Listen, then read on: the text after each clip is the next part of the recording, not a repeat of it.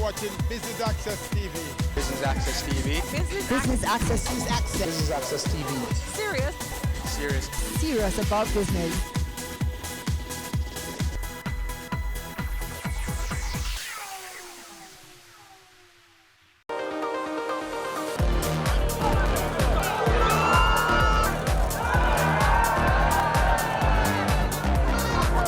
Welcome to Business Access Television's coverage of Roper Cup 2019. It's the annual football festival between Kingston College and St. George's College. We're coming to you from the Stadium East Field, where we will be bringing you highlights from an exciting day of football. I'm your host, Kenil Gale. Stick around.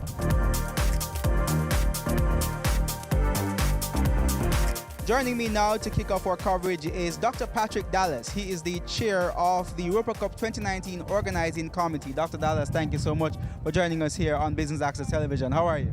I'm fine, thank you, and you're most welcome. And thank you for being here to be part of this great football festival called Roper Cup. All right, awesome. Let's start by telling our viewers a little bit about the Roper Cup. Give us some background in terms of the genesis of the Roper Cup and the reason the festival is so important to Kingston College and St. George's College. Well, Roper Cup is symbolic of that friendly rivalry between two great institutions on North Street, Kingston College and St. George's College.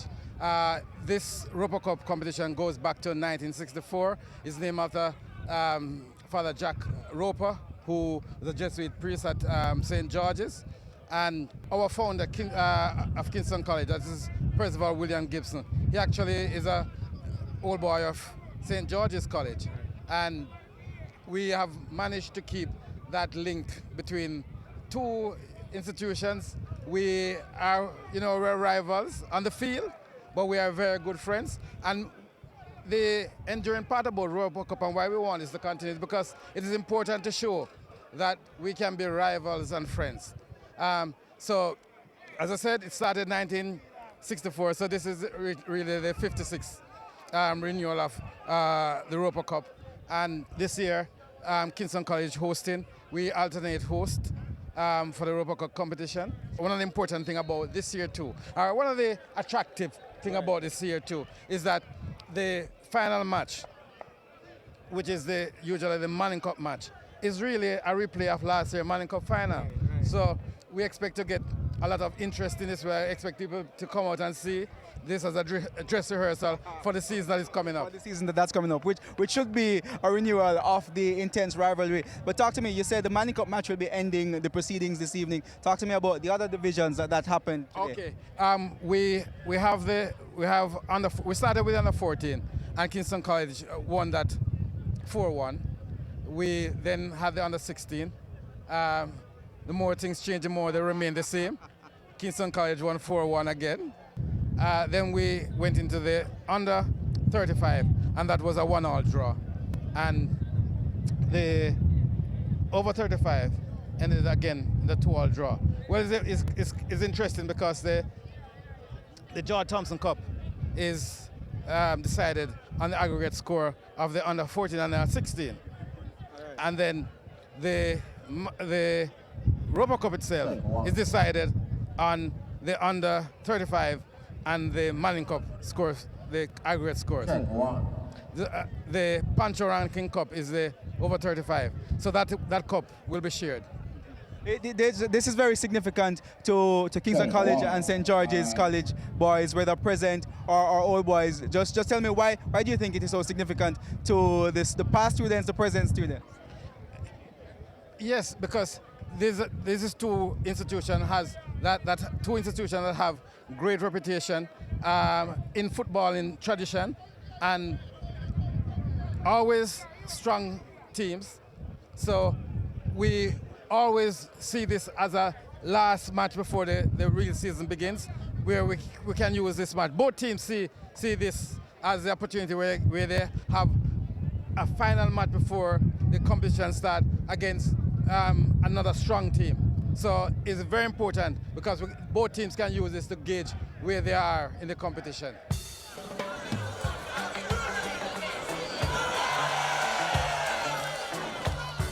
Joining me now is a man they call Coolie Pele.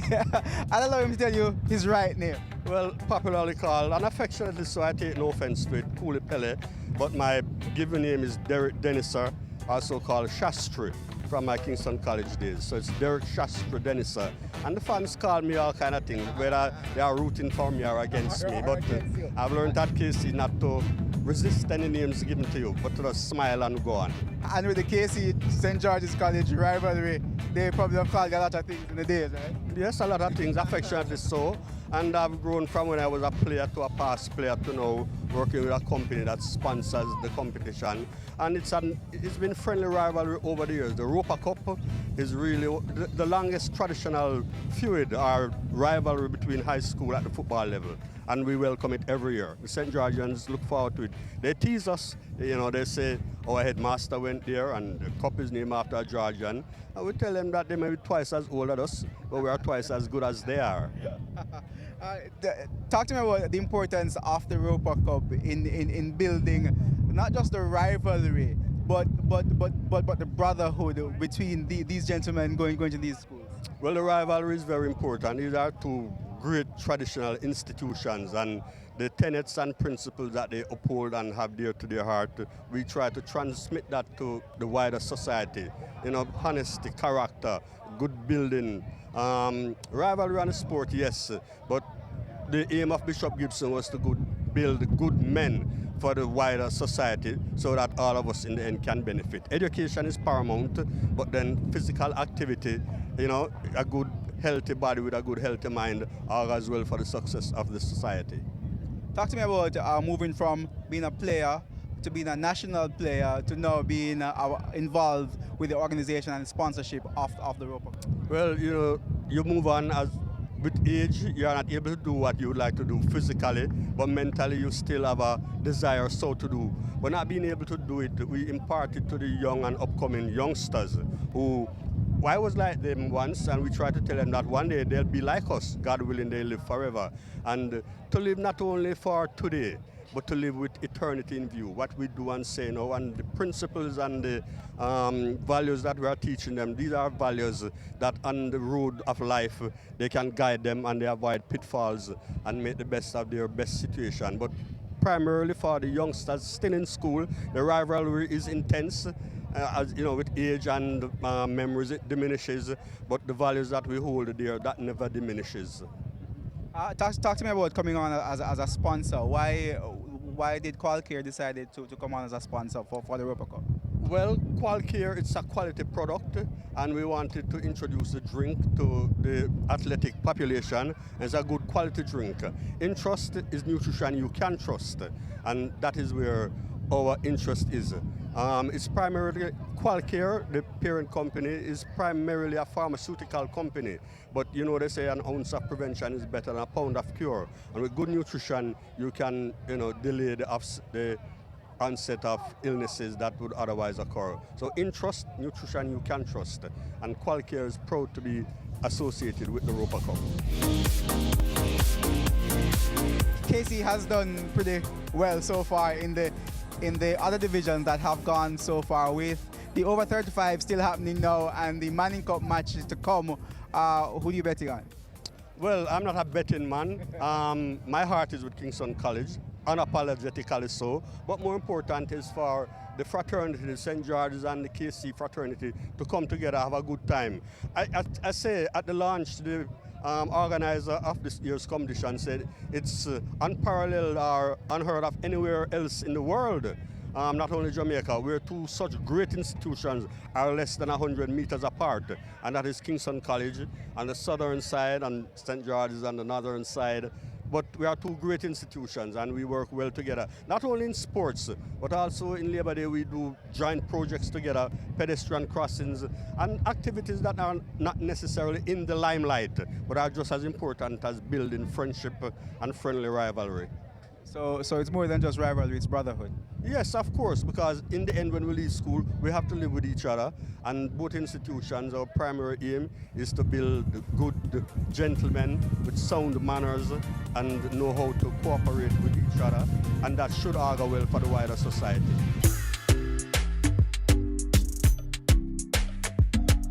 joining me now to talk a little bit about his match is the MVP from the under-35 division of the competition, Sanjay Mathura. He plays for St. George's College. Sanjay, welcome to Business Access Television. How are you doing? I'm alright, thanks for having me. All right, great. Tell us a little bit about your match today. Well, my match was very competitive, sun was hot and an enjoyable game. You scored the goal, so you were the MVP. That makes you feel a little special, right? Yeah, very special, because it was a wonderful goal, awesome goal from the top of the 18, watching the ball going to the top corner, so it was a very special moment. What does playing in the Europa Cup means to you as an individual player? Well, I always display a lot of passion for the blue and white, so it's always good rivalry with KC, although we're brothers across the street, but it's a great deal of history and a lot of football games between each other and very competitive games, glory and defeat, so it means a lot. Do you think the rivalry between Kingston College and St. George's College makes each team stronger? Definitely, it makes each team stronger because each year, one winning, one losing or drawing, everybody learns from it and we move forward in our competition. If somebody is asking why, because you're in the under 35 division, and I figure when you become over 35, you will want to still be playing. For those who are asking, why do you continue to do this? Well, it's the love of the game, the passion and the love for your school, and you come out and have fun on this day, you come to Stadium East or if it's at George's, and you just come out and have fun, and you see old friends from way back when. It's just fun. So it's a day of building brotherhood and camaraderie and all of that? Yes, year after year, because it's already there, so it's just year after year continuing the structure and everything that's good about this day and the Europa Cup. You played several Europa Cups. Tell me, what was one of your most memorable moments over the years? Well, I'll definitely remember this one because I scored, but there's so many moments. I could go on and on to tell you, but there's a lot of good Europa Cups that I've been through. This event epitomizes what true spirit of friendly rivalry is about. And we hope that the camaraderie between the right side of North Street and the other side of North Street will continue. We take a break here on Business Access Television's coverage of Europa Cup 2019. More when we return.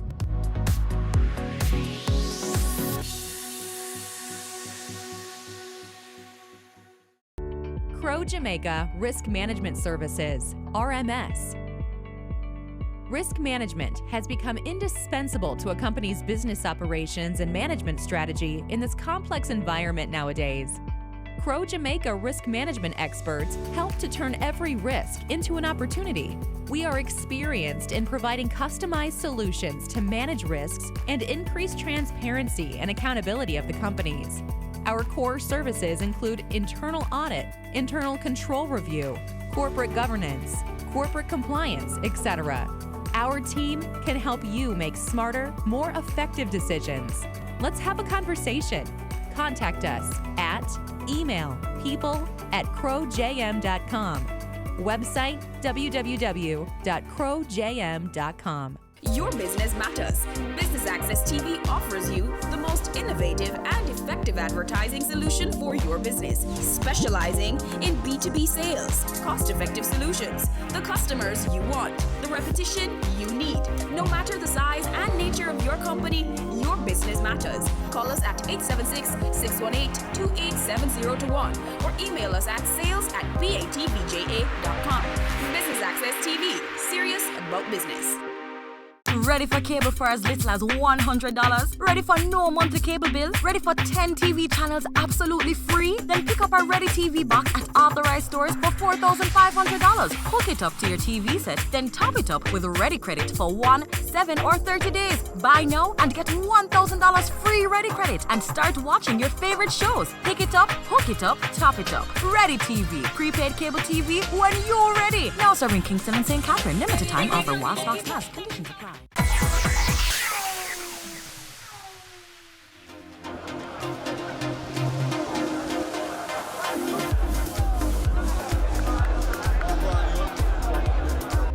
Welcome back to Business Access Television's coverage of Europa Cup 2019. We're in the final segment of our highlights package, and the Manning Cup match is on the field. That's between Kingston College and St. George's College. Let's check out some highlights.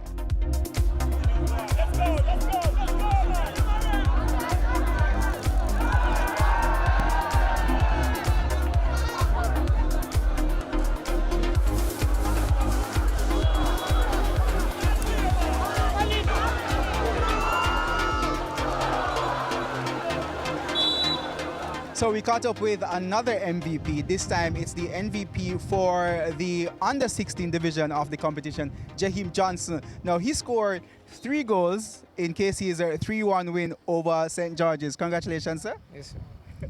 All right, how's the match for you? It was very hard because of a shoulder injury. I just stayed in the match and do what our coach said. Hold on, so the shoulder injury, you scored 3 goals. So if you never have the shoulder injury, how much goals did you score? I don't really know. I just go there and did my best. What was it like beating St. George's? It was very challenging, and it just boosts my confidence to go in the competition and do my best. Being a part of something with such great tradition such as the Europa Cup, what does it mean for you as a young player being a part of this, where you see so many players from years gone by? You have the Manning Cup team participating, you have masters who are over 35 participating, and you in your own right standing out. How does that make you feel? That made me feel very happy to see the legend of KC playing, and plus myself playing amongst my opponents, St. George's, and my teammates. Made me feel very happy. All right, let's talk a little bit about the future. You're a young player with a bright future. What are your plans? I assume you're playing Colts now, so you want to move on to Manning Cup and probably the national team? Yes, that's my future, to play for Jamaica, to represent my country. And what would that mean for you to don the colors of Jamaica? It would mean a lot to me because I'm trying from I was 12 years old playing under 30. I'm doing it for me, my dad, and my family.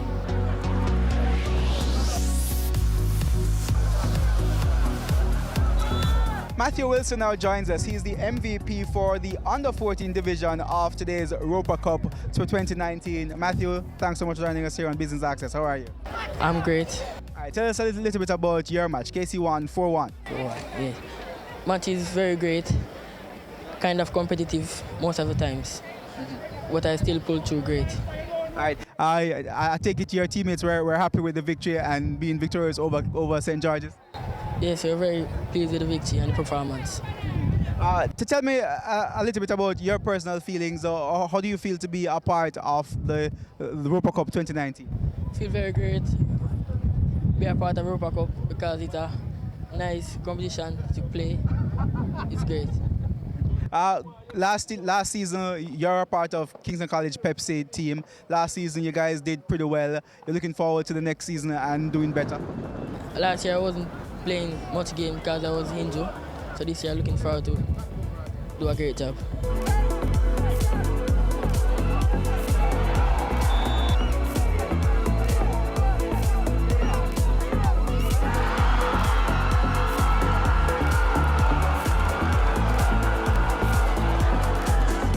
We're now here with Shantamoy Taylor. He is the MVP of the Manning Cup match, and he's representing St. George's College. Shantamoy, thank you so much for joining us here on Business Access Television. How was the match for you? The match was a great match. I played in patches, but I delivered to my team. Walk me through the entire game and going up against Kingston College. How are you feeling? I was feeling a little nervous coming out in the game while the game was playing, and then I started to relax and play my game. Was it difficult playing against Kingston College? No, well, they had lots of supporters here, so was that at all intimidating? Yeah, a little bit because a lot of fans and being nice and talking. Okay. Looking forward to the Manning Cup season. What are you expecting? I'm expecting to play to more quality and play some good football.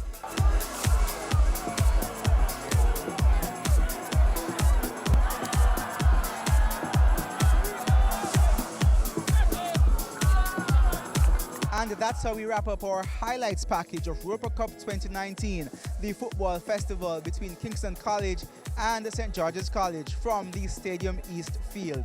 I'm your host, Kenil Gale. We hope you enjoyed our coverage. Pleasant viewing.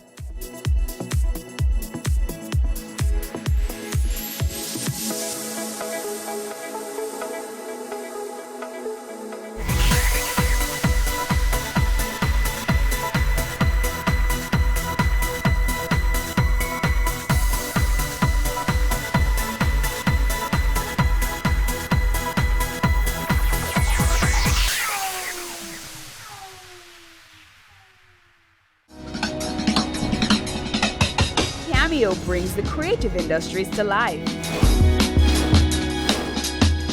highlighting creatives in different fields each week. Art. My life surrounds art. I breathe, I eat art. Fashion. Food. Without a customer, we're nothing but four walls. Music. Film. Cameo, only on Business Access TV.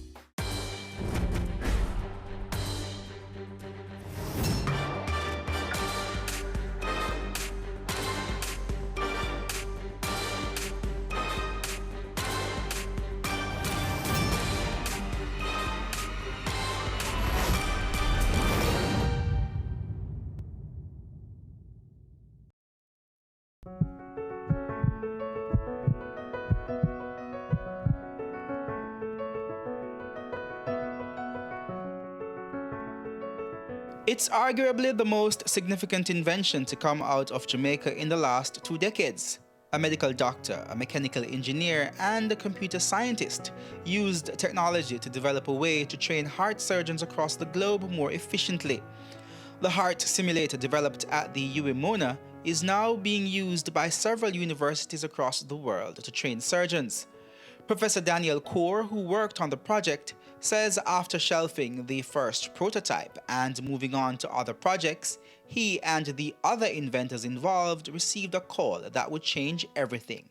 So in late 2007, we heard from Dr. Richard Fiennes, who was at the time chairman of the American Board of Thoracic Surgery. He had seen a video that had been released along with a paper that we had published. And in the video, we were just showing a small clip of what the heart looked like while, in operation, in use. And he wrote to Dr. Ramphal, basically did a little internet search, tried to find him, sort of located an email address for him at UWI, by which time he had already left UWI, and wrote him and said, I saw this video, is it real? Because if that's real, I'd love to come to UWI to see it, and would you be willing to set it up for us, because we are examining possible simulation environment scenarios for the cardiac surgery training, and this is something that we would like to sort of take a look at just to see what it can do and whether it's good for us. After some persuasion, the team decided to go to the University of North Carolina to set up the prototype. First time set up, right? So all these prominent heart surgeons had just come in to take a look at what's going on, and everybody was kind of blown away just how realistic the heart beating was, and how realistic the whole environment was. So they took out the video footage and took that to their annual meeting that year at the Society of Thoracic Surgeons. And with that video at that meeting, just sort of, caught the eye of everybody who was at that symposium that year. And that ended up getting us invited to technology symposium for cardiothoracic surgery. And we got re-invited year after year. Soon after that, the UWI Mona developed heart simulator was a sought-after tool when it came to training heart surgeons. It then got to a point where other places wanted one. They kept saying, how can we get one of these at our institution? So it was kind of around that time, that was started around 2009, that we started talking about how to get multiple ones of these. And by around 2011, we'd actually built them. So in that interim, we had negotiations, sort of thought about how to sort of make it a little more structured and sort of help ourselves get to the point where we could be talking to people who might want a license. The simulator then ended up in some of the top medical schools in North America, revolutionizing the way heart surgeons were being trained. Harvard's Mass General Hospital, University of Rochester, There was University of North Carolina, Johns Hopkins, Vanderbilt, Mayo Clinic, University of Washington, and Stanford. This was the first time ever heart surgeons in training were being exposed to real-life circumstances. Kind of what I mentioned before, where you might have the pig's heart in a bowl, or I suppose if you're working with a cadaver, which is going to be realistic, but it's a dead person, but nothing where the heart is, or actually a live pig. That is the closest that you could come if you wanted to get a full-blown operating room scenario where you are standing around, there's a apparently living, beating heart, and you have to give the right instructions, and you have somebody controlling a pump, somebody controlling anesthesia, and then you have your partner in front of you, you're supposed to be giving the right instructions, and you're learning not just the specific procedures, but also the management of your team. The only way you could really reconstruct that without having a real patient on the table was a live pig. That was the closest you could come. So what our simulator was providing these guys with was a context in which they could reconstruct any scenario they wanted, when they wanted, at the time they wanted. So from the purpose of teaching, if today's lesson was to teach you something that hardly ever happened, they could make sure it's scheduled what's going to happen because you set the simulator up to deliver that. So for them, that was a great opportunity to change how training in cardiac surgery could work, right? And at the same time, you're getting this high fidelity model, right? So you're not putting any patients at risk. You have this model that looks real. It bleeds when you cut it. It has a pressure. It shows you a computer trace that looks like it's a real trace on a monitor. So for all intents and purposes, just because you set it up, it's not real. But for all intents and purposes, it looks like a patient on the table. The heart simulator has not only used technology to totally revolutionize the way heart surgeons are trained, but it is also helping to better equip surgeons to deal with real-life situations in real time. There are some well-rehearsed procedures, as in over time, they've developed some procedures to respond to a particular kind of emergency. But if you as a resident only get trained via the operating room, then the only scenarios that you become familiar with are the ones that you see. Now, of course, if you see 100 cases, 200 cases, then you start thinking, okay, you're ready, you're competent, you can go, and you are going to be certified as capable of practice on your own. But what if the scenario that we're worried about isn't one that occurs so frequently? It might be 1 in 1,000 cases, it might be 1 in 2,000 cases. Those are still potentially life-threatening. You still want somebody who's gonna now become an attending to know how to deal with them. And in the old situation, before our simulator, the only way they would have really gotten that exposure is through a textbook or somebody telling them, if you ever encounter this is what you're supposed to do. So it's kind of a hypothetical, and the response is really a kind of theoretical response, or it's a hypothetical one anyway. With a simulator, we can now say, okay, next week's lesson going to be how you deal with this. And I can tell you what you must do, and I can set up the simulator to make that emergency occur. So while you're doing your thing, suddenly something happens and you say, what's going on? And it's for you to A, recognize that there's that emergency going on, and then B, act appropriately. So you can actually now practice that, which is not something that you could have done easier before. The heart simulator is the first UE patent to be commercialized, and with the recent commitment from Finance Minister Dr. Nigel Clarke to pump more government resources into research and development, it is hoped that more patented inventions coming out of the University of the West Indies can be commercialized.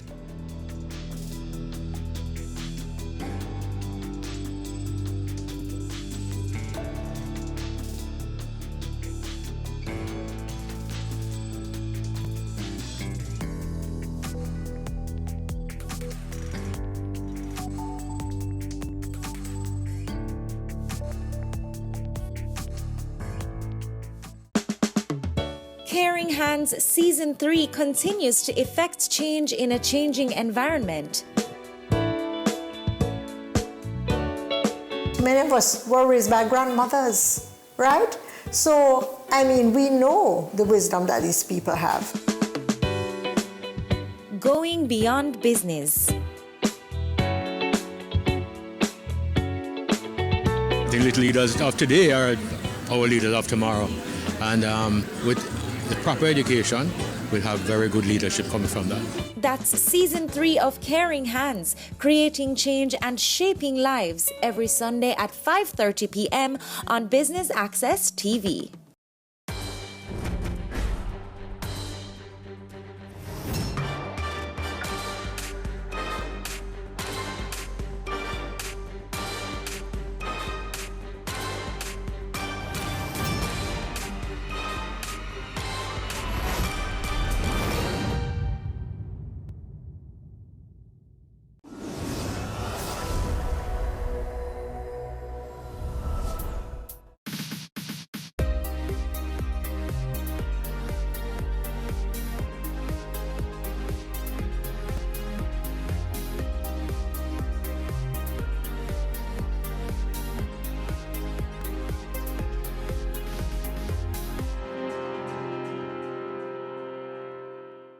Why do we travel? What is it exactly that excites us so? You know, traveling is not just about seeing new landscapes, but about interacting with new people and experiencing different cultures. Welcome to Jamaica Magazine. I am Theodore Henry. This week's program kicks off with health as Get the Facts tackles vector control measures. Stay tuned as the magazine unfolds. Hurricanes can strike at any time. In the event of one, be prepared to act quickly.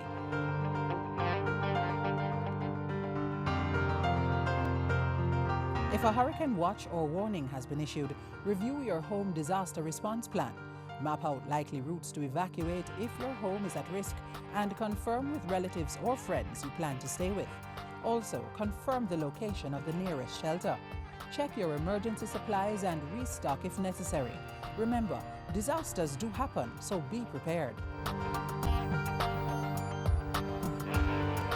The Ministry of Health and Wellness officially launched its Enhanced Vector Control Program in August as it continues the fight against mosquito-borne illnesses. Here to tell us more is the program's manager, Shireen Huntley-Jones.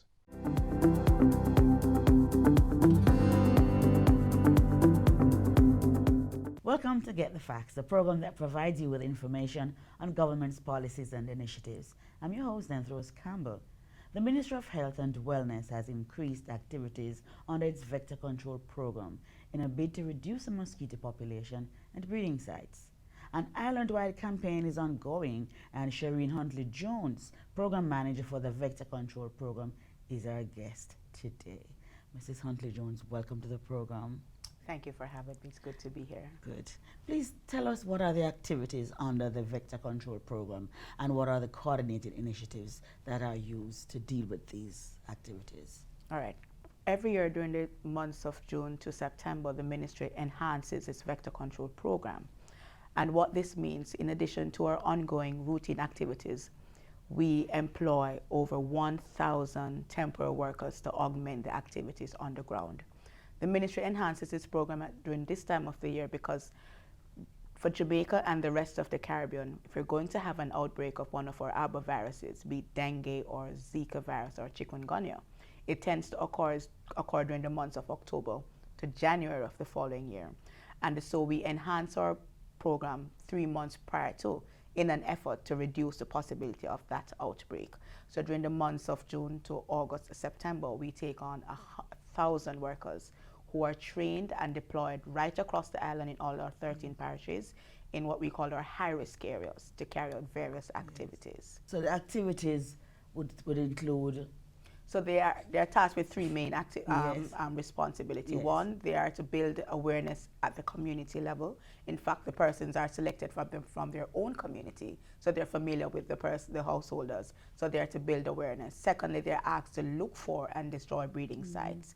And for those breeding sites that they find that they cannot destroy, then they're also trained to treat those breeding sites. Yes. Well, tell us about the importance of the program and like some of the risks that would be posed to persons who are exposed to mosquito bites and so on. So as we know, there are 3 endemic mosquito-borne diseases now in Jamaica. And they're now endemic? Yes, means that we have them all the time. So since 2014, we have had chikungunya, which is now endemic. Since 2016, Zika has been endemic. And of course, we have always had dengue.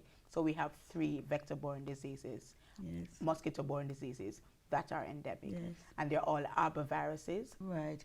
And talk to us about the training for the persons who are employed under this program.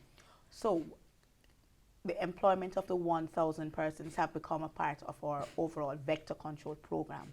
And so we wanted to have a cohort of persons that we can select from every year that is very knowledgeable about the program. So in 2016, when our Honorable Minister, Dr. Tufton, came on, he asked that not only should we employ the persons, but to have them trained. And so we have been collaborating with Heart NTA in the training and certification of these programs.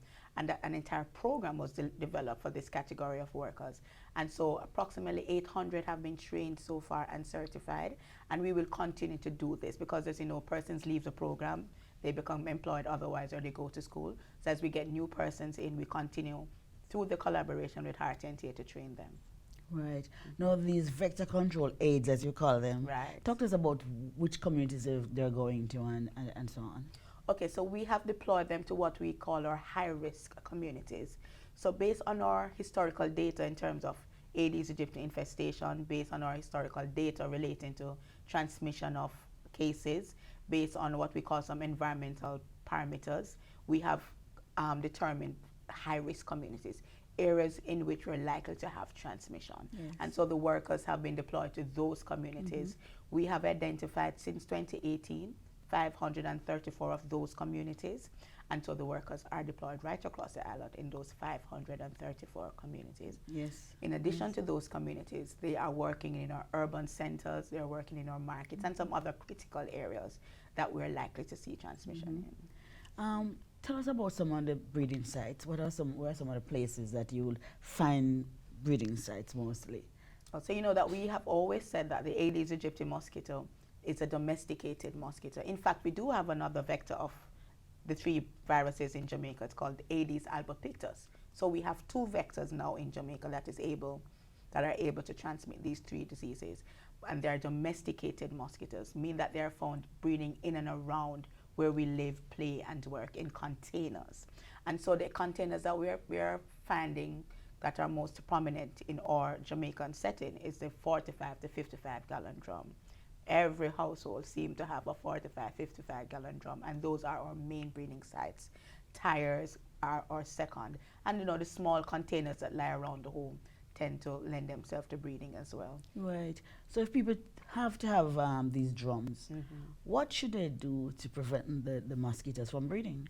Right. So the first strategy that we ask persons to do is to cover those drums. Once the drums are covered, then the mosquito will not have access to breeding. We do understand that there are communities that they do not have piped water, and so they collect water from rainfall. So there is a resistance in covering. So we ask that you cover with a meshed material that allows the water to go in but will prevent the mosquito to go in. There's another strategy that they can use, just a little oil and pour a little oil on the surface of the water. What this does, it suffocates the immature stage of the mosquito, and so you won't have adults coming through. Right. So how are the communities reacting to your work in the various areas? How are they reacting? It's a mixed reaction. We have seen not much behavior change as it relates to the management of our water container, which is very disappointing to us. Because as I said before, the Aedes aegypti and the Aedes albopictus mosquito, they only tend to breed in these containers that are found in and around where we are. And if persons begin to take action to deal and manage properly with these containers, then we will see a reduction in the transmission of these diseases. So we're not seeing the levels of behavior change that we would like to see. In addition, there seems to be a little bit resistance of having our workers come into the homes. They have reported to us some violent activities against them. Some persons have been refusing to let them inside. And so this is also hampering our ability to be impactful as we would like to be. Right, so people are hostile, which means they don't understand the work that you're doing, they don't value it. Yes. And so what are you going to do about that? So the Ministry of Health, having received this report, we're going to be doing an educational campaign to explain to persons why the workers are there, why the workers need to access the home, because they need to come inside to search and to be able to point out to the householder where the issues are. So it's very important. So we're going to be engaged in a media campaign explaining the importance of having the workers access the home environment. Yes. Let's take a break now, and we'll continue with more information on the Ministry of Health and Wellness Vector Control Program. Please stay with us.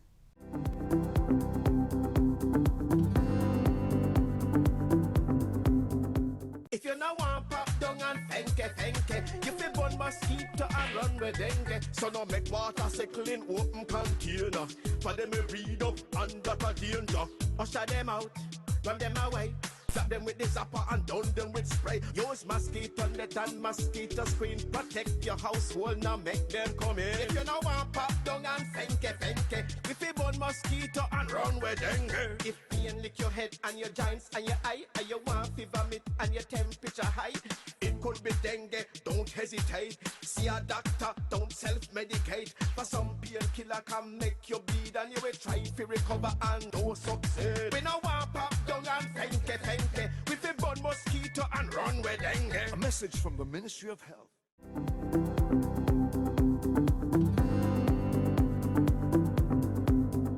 Welcome back to Get the Facts with Shireen Huntley-Jones, Program Manager for the Vector Control Program in the Ministry of Health and Wellness. Tell us, so the fogging has been going on. Yes. How often do you do it, and how do you decide on the communities? Well, under our enhanced program, fogging activity takes place every night. So we're fogging 7 days per week. We are focused based in areas depending on two things: the levels of the mosquito infestation and also from where we're getting reports of cases. So the schedule is made up based on those two parameters, and the activity is carried out every night. They're carried out every night. Every night, where? How Right many? across right across the country in all our 13 parishes. There's fogging. Oh, all right. Speak to us about how the fogging is done and what should we be doing while this activity is taking place. Right, so the fogging is done during the times of what we call dusk, just in that gray period. We tend to do it at that time because a lot of the species of mosquitoes that we want to target are very active at that time. However, the Aedes aegypti mosquito, which we know is a day-biting mosquito, by the time it gets dark, that mosquito tends to be sheltered. It's gone into rest. Yes. And so it's inside under our cupboards, in our closets, it's hiding. And so when our fogging teams are coming through, you would hear the Ministry of Health say, open your windows and doors. There is a reason for that, because the Aedes aegypti, it's on the inside. And so you have to allow the fog to drift on the inside to be able to get to the Aedes aegypti mosquito.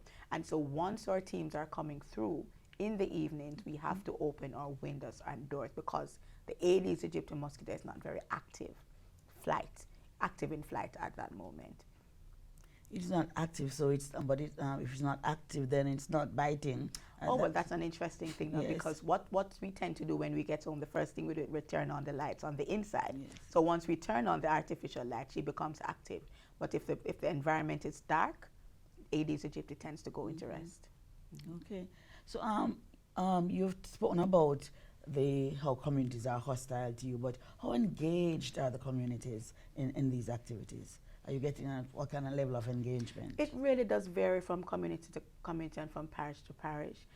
I think what we would like to say that we'd like to see the community more involved and engaged. I visited a country, Brazil, on a workshop, and they had a system in place where the communities have actually formed a partnership with the Ministry of Health, and it's the community members that are monitoring their neighbors. So they do not have vector control workers from the Ministry of Health visiting the homes, but their neighbors are visiting the homes and then making the reports to the Ministry of Health. And I found that it was quite successful.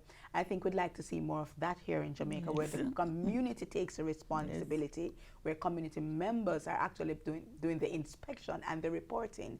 And so there's ownership. So I think we'd like to see more ownership of the program at the community level. That means more interaction with the public then. Definitely, right. definitely. So we had a massive outbreak of chickpea in 2014. Yes. Tell us, what are the lessons learned? What we found since the outbreak of chikungunya in 2014 and with Zika in 2016, that there are a lot of factors lending to the breeding of mosquitoes in and around our environment. We've also learned that behavior change is not a short-term objective, but it is a long-term objective. And so in light of that, the Ministry of Health has been looking at its public awareness campaigns and its behavior change program with a view of implementing strategies that will help us to achieve our behavior change objectives, which is simply to get persons to properly manage their breeding, the breeding containers in and around their environment. I think another lesson that we learned from chikungunya and from Zika is that partnership with our stakeholders and our sister agencies is very critical. Yes. A lot of the factors that lend themselves to the breeding of mosquitoes, it's outside of the mandate of the Ministry of Health to address. And so we have to have what we call a joint-up approach with all government, all stakeholders, to be able to tackle successfully the factors that lend themselves to breeding. And so out of the both outbreaks, I think we have a stronger collaborative approach in dealing with the disease in Jamaica. In fact, we have one of the greatest models in the Caribbean, if I can say that. And so we have been working closely with our sister agencies, such as the National Solid Waste Management Authority. We work closely with Parish Council and the National Works Agency in dealing with the issues that lend themselves to the breeding of the mosquitoes. Yes. We're approaching the dengue period, and already we have some confirmed cases. Indeed. Tell us, what can we do as a nation to prevent having more dengue cases? So we need to look, you tell us how to treat or what we're to do. Before I get into the strategies, I want us to have an understanding, a greater understanding about dengue and the epidemiology of dengue. Over the years, we have treated dengue at the household level, like the common flu. You get dengue, you feel a little better, and then it's gone. But what we have seen in our last recent outbreaks is that we're having increased hospitalization and unfortunately increased death. And this is just not in Jamaica, this is across the Caribbean. And this is so because in our region, we have had all 4 serotypes of dengue circulating. And that means that most of us would have been exposed to having dengue more than once. And it is proven that once you've had dengue twice or more, you're predisposed to becoming severely ill each time you get it. Right, and so our population has been exposed to all 4 serotypes. So we're seeing increasing cases. Against that background, we have to take action. We cannot continue to treat dengue as the common cold that you just get over. We're seeing that our children are being affected, and we're seeing deaths. And any death, it's just one death is unacceptable to us at the Ministry of Health. And so there is a call to action from the ministry to the population that we have to begin to manage our environment in a way that it will not cause us to become ill. Thank you so much for sharing with us. And we know now that once you have dengue, it doesn't mean that's the only time. You can have it again. So you need to take care of yourselves and your communities. This has been Get the Facts with our guest, Shireen Huntley-Jones, Program Manager for the Vector Control Program in the Ministry of Health and Wellness. To watch this program again, log on to our social media handle, YouTube.com/WatchJIS, and stay connected via our website at jis.gov.jm. Until next time, I'm Anthros Campbell. Take care.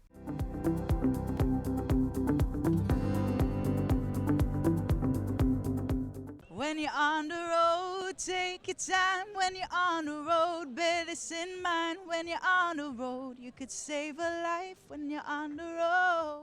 Known as the home of the fastest man in the world, as well as the place where you can get some good yam, Trelawney has so much to offer. Let's go on a journey.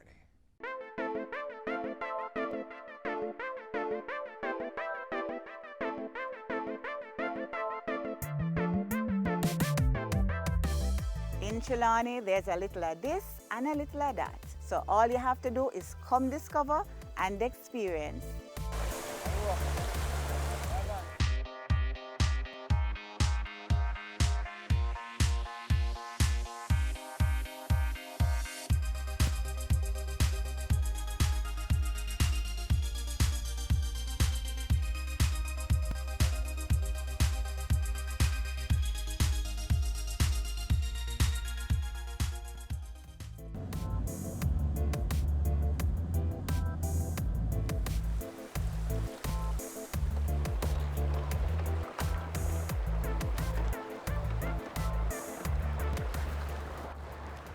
Okay.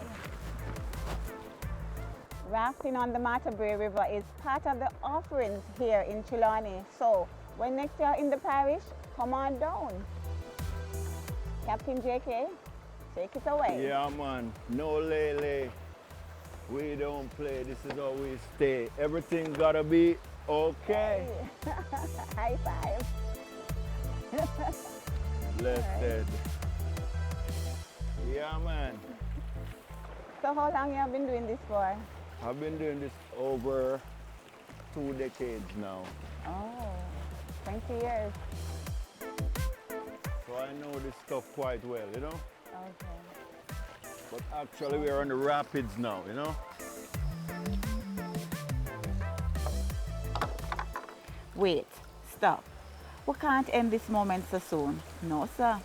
Hold this frame for a little while till we go check out some other places and come back.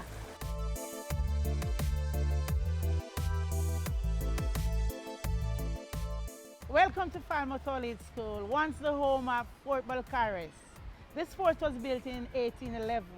It was built to protect the harbour and the town of Falmouth. Falmouth in those days was a boom town, booming, it had a lot of money, and so persons would like to come in and plunder, so this was built. Soldiers were housed in the building at the back, and they were the ones who were manning the fort. And this is where the armory was stored.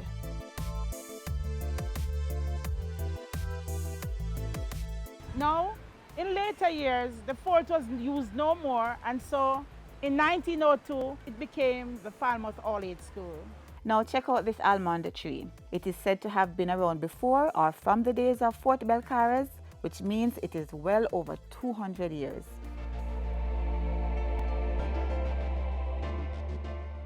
This mill behind me here is a relic of the slave plantation and of the sugar production when sugar was king in the 18th century. It is part of a large estate called Holland Estate.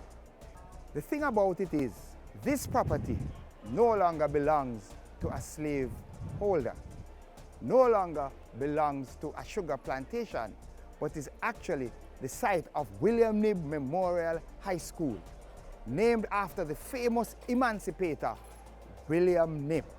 It is quite ironic that in a place where slavery thrived and our forefathers suffered, now sits an institution of learning for the descendants of those very same slaves. Ironic, isn't it?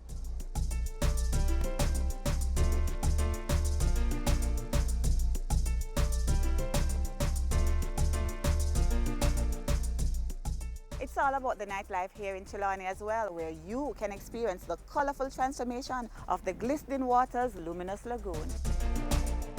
To capture this part of my tour, I had to start the night before. We do nightly boat rides. You can come on down and see the flashes of light once the water is being disturbed. We are the only natural night attraction in Jamaica, and it is also known as the world's famous Luminous Lagoon. We had a magical experience tonight. It was a great time. Highly recommend it. We'll definitely be back. It's nothing like it in the world. I've never seen anything like this. So awesome time. Glistening waters to the world. You see why you have to come to Chilani? And if bargain is what you want, then Bend Down is the place to be. What on, my friend? All right, tell me, what's so popular about Bend Down? Bend Down, everybody can come here so can get cheap goods, cheap clothes, everything. Oh, so how you get the name Bend Down? People from all over Ireland, you know, just come here so they just throw down their things anywhere and sell. Oh, and people used to have to just bend down and pick people up the just bend stuff down and and things pick up there. anything. All right, so I'm here for some bargain, so maybe I should bend down and pick up mine.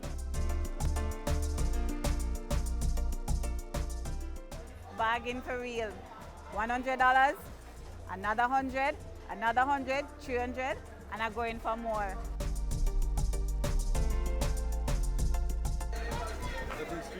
All right, thanks. All right, thanks here. I like my Paris Chilani because the water is so cool. It's been cool and nice. I mean, like the environment is so clean and the new market is so amazing. That's why I love my parish, Chilani. Big up Chilani. Here's more about this parish.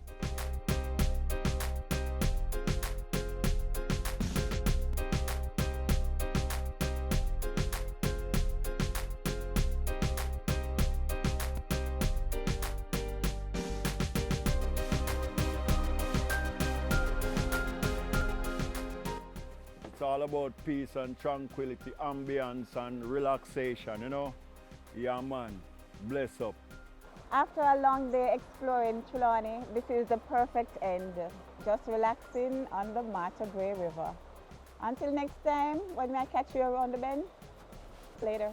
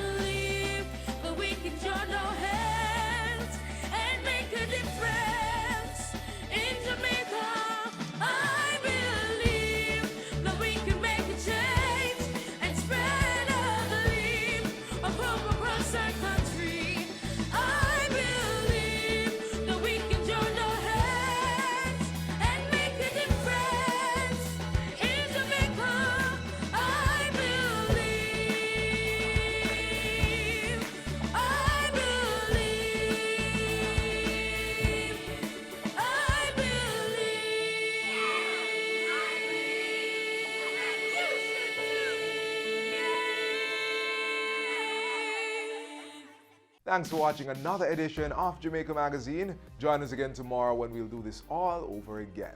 Send your feedback on today's show to Jamaica Magazine at jis.gov.jm. Also, you can follow us on our social media pages, that's Instagram, Facebook, and Twitter.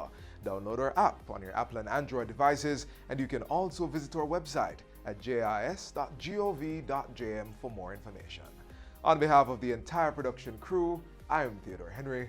Thanks for watching.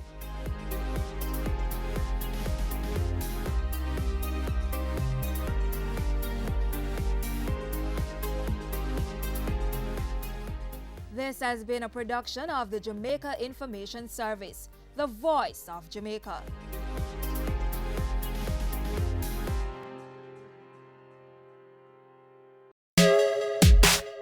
I'm Adam Stewart. This is Business Access TV, serious about business.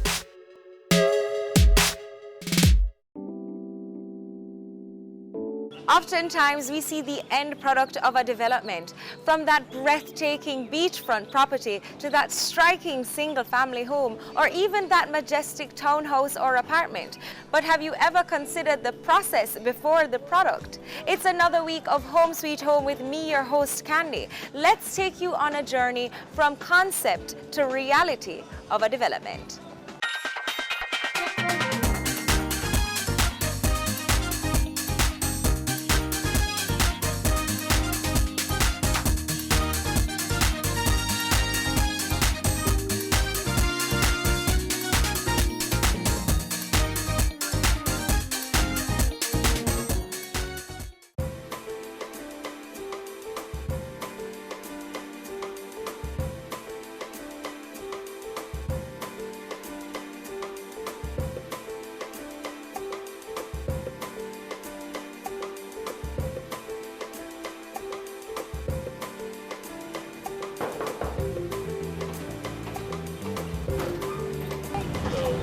Hi, here from Home Sweet Home.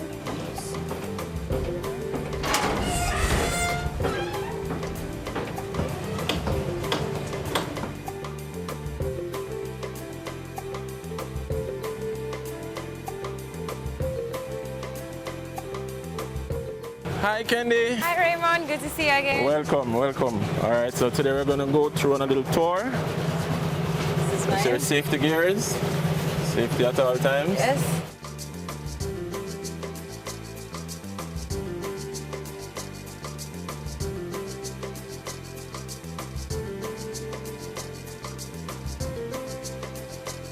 Essentially, this is our site plan. Right. This is the proper orientation of it. Right. So there's the pool right there.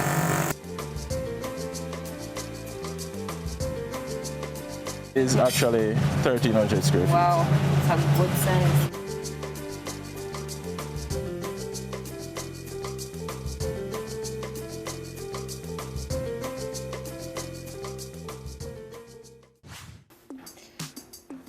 Raymond Grant is the project manager for this development. Now, Raymond, where exactly are we right now? All right, right now we are in the Golden Triangle, 1 Gladstone Drive, Kingston 6. Kingston One of 6. the most Sought after. sought after areas now for apartments especially. Now, I want to get a complete understanding of the development of a development. Sure. So, the background process, all the legal things that you probably have to go through, give us a sense of what that's like. So this project is called Richesse Chateau. It's a French concept. Richesse meaning wealth and chateau meaning like a grand manor or a castle. So we're trying to replicate that. But before we got to that point, we had to first understand if the market could accommodate such a development, if the market has a demand based on the time period that the project would be delivered to be able to satisfy. So at the end of the project, at the very least, we would have potential purchasers who would actually purchase to make the project a reality. So the process of actually doing a development like this first starts with understanding the ability of getting a buyer who has an appreciation for the type of finishing that you're going to be putting in the market. Persons who want high quality, they tend to go for smaller complexes. So what it does is that it limits the amount of persons that are residing in that one space, because on a strata development, it's really more like a communal living.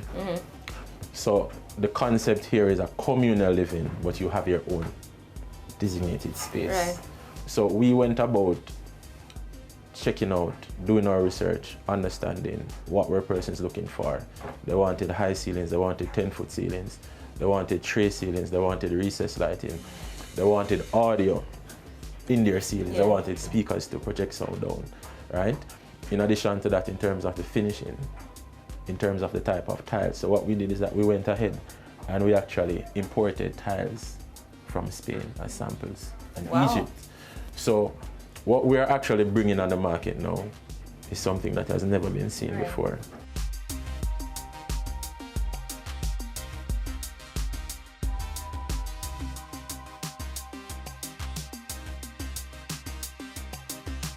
We have the ability to scope in terms of from a pool of potential purchasers what they want, and what we are able to do based on that is actually bring the purchaser into the process to determine the finishing that they want on the units. So it's essentially tailor-made. So what we do is maintain the quality. Even though we bring the buyer in, we maintain the quality of the product that we're putting out. So you've obviously done your market research. Right.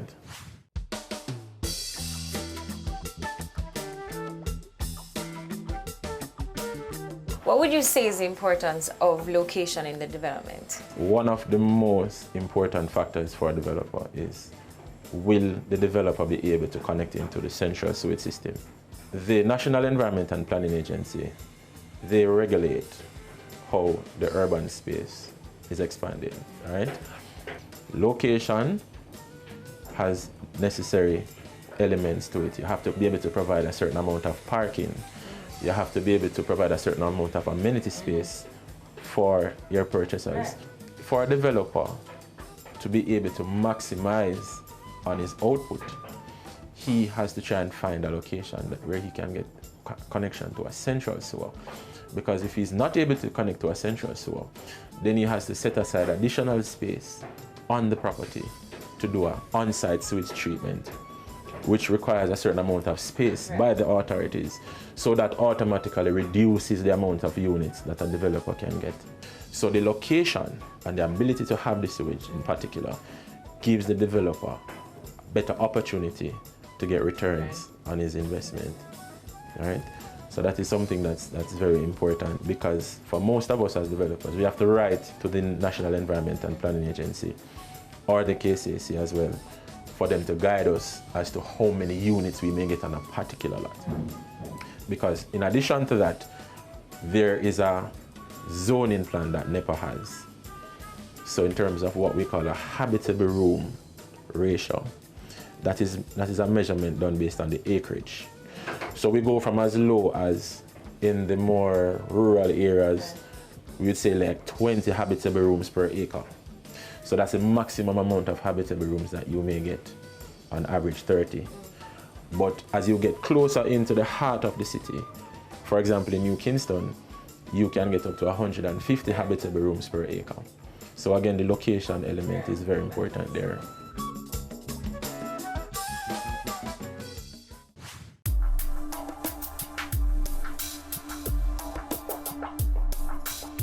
Now, living in these modern times, what kind of considerations do you have to make when building these things?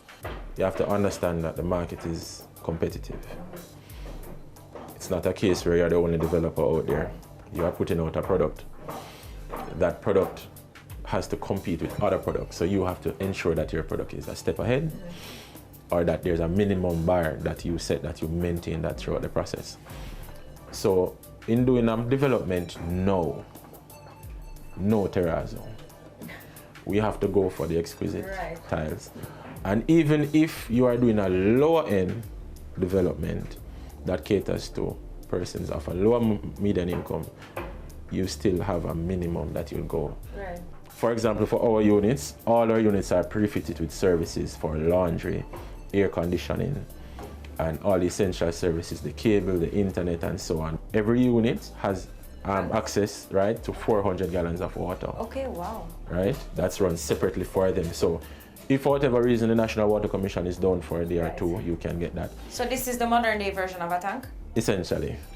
But the tank is not as would be traditional. Right, that's what I mean. It's not the... It's this guys, you would never know where it so is. it's not the big black tank we see up on You will top never of the know roof where there. it is, and I won't tell you where it is, but it is on site, right? Okay. So we have that. Separately, standby generator. Right.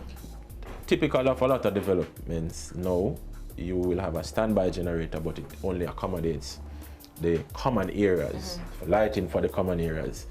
But in terms of our development that we're doing now, you will get a standby generator that goes into your unit and gives power to your refrigerator and power to your bedroom and so on. Just to note, as a developer, if he's going 4 stories or more, there's a new regulation now by the fire department, and that developer now has to put in a fire suppression system in order to get his plan approved. So that's like a sprinkler system. So the more you go as a developer now, the regulations will basically be adjusted, and you have to be able to stay in the know as a developer with the local authorities to ensure that you are not breaching any of the regulations that they have set up. Wow, that's really a lot of information, but I know we have more coming, right? Absolutely. So stay with us, there's more Home Sweet Home after the break.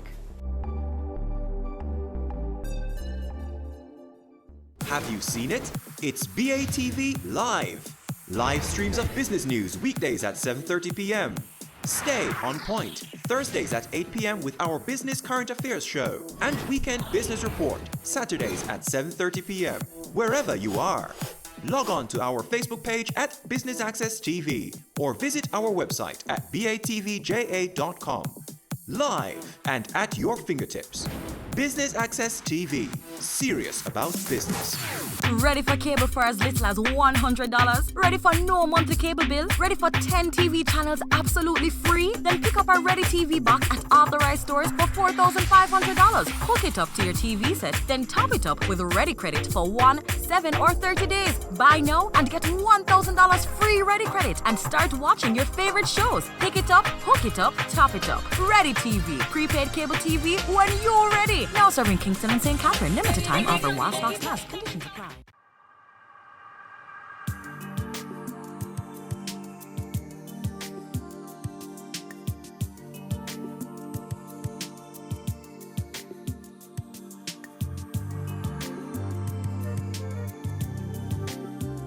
Welcome back to Home Sweet Home. We're still talking with Raymond Grant about his Gladstone Drive development and, of course, from concept to completion of this project. Now, you've touched on this a little in one of your previous answers, but I've always heard about the number of approvals you have to get before starting a development. Give us a little more about that. It's a very complicated process, but for those of us who know and understand, you may see a development as an individual from the aspect of the construction. It may be a year, maybe 2 years, but prior to getting that construction started, there is a approvals process that starts from the developer acquires, prepares his drawings, submits them to the whichever respective local authority depending on the parish that he's in. If you are a developer doing 9 units or less, then you will just submit your plans directly to the KCAC and be approved from the KCAC only. If you're doing 10 units or more, when you submit to the KCAC, those plans are forwarded to the National Environment and Planning Agency. They're scrutinized more in terms of the process, because NEPA then in turn circulates these plans to a lot of other agencies, as much as 12 additional agencies, to assess sewage, to assess your parking, to assess your ingress egress for your cars coming in. Different aspects, they go to the Mines and Geology Division to assess your rock formation. So there's a complete process that goes on for the approvals, and depending on what information you provided in your application and depending on the type of design that you have, they may require additional information, additional testing, soil tests. So a lot goes into that aspect of just that aspect of the process. We just did the construction and you just did the construction and think that's it. Good. A long time coming. And then separately and apart from that, when you actually get an approval by the local authority, you then have to assess what was approved and assess your certificate of title to see if you need to modify any of the covenants on your certificate of title. And that process is a process that goes through the Supreme Courts. Oh, wow. and that is a minimum of 90 days by itself. When you go through that process, provided that you get approved by the courts to make changes or modifications to accommodate development, then you would go to the real estate board to get approved by the real estate board. And for us as developers, we endeavor to get approved by the real estate board because that is the time when we can actually engage purchasers and get deposits from purchasers and so on. And those deposits are protected by the act under which the real estate board operates. So in terms of that process where you have the local authorities coming up the line, essentially making sure that everything is, you know, how it is supposed to be, we come right up onto the point where we have our full set of approvals, and then we engage and get into the aspect of construction.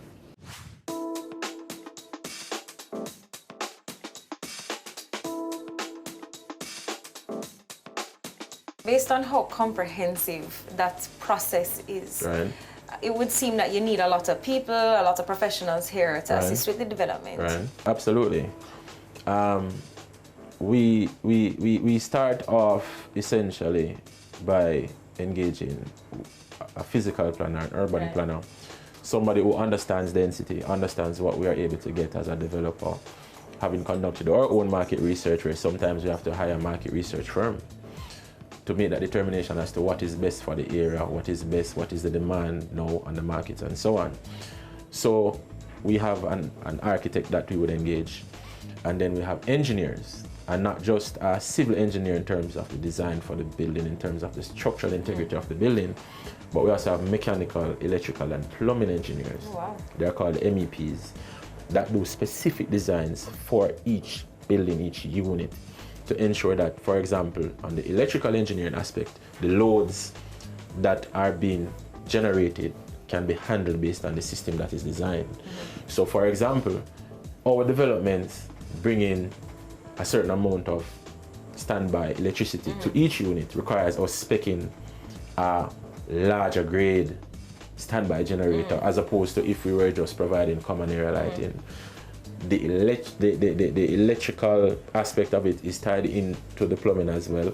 So our plumbing engineer sets up that system for us, because we know that above 2 floors we are not getting more than 50 psi in terms of the water pressure for the units. So we have to have a specific system design that is able to provide a certain amount of water pressure for units as you go 3-4 floors up. So these professionals, in terms of the design aspect, they also work together to bring that design to life. Then separately and apart, we have to have our land surveyor that assesses in terms of our boundary surveys, our topographic surveys.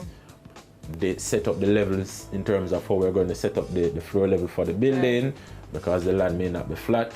And also, that surveyor does what is called a strata plan.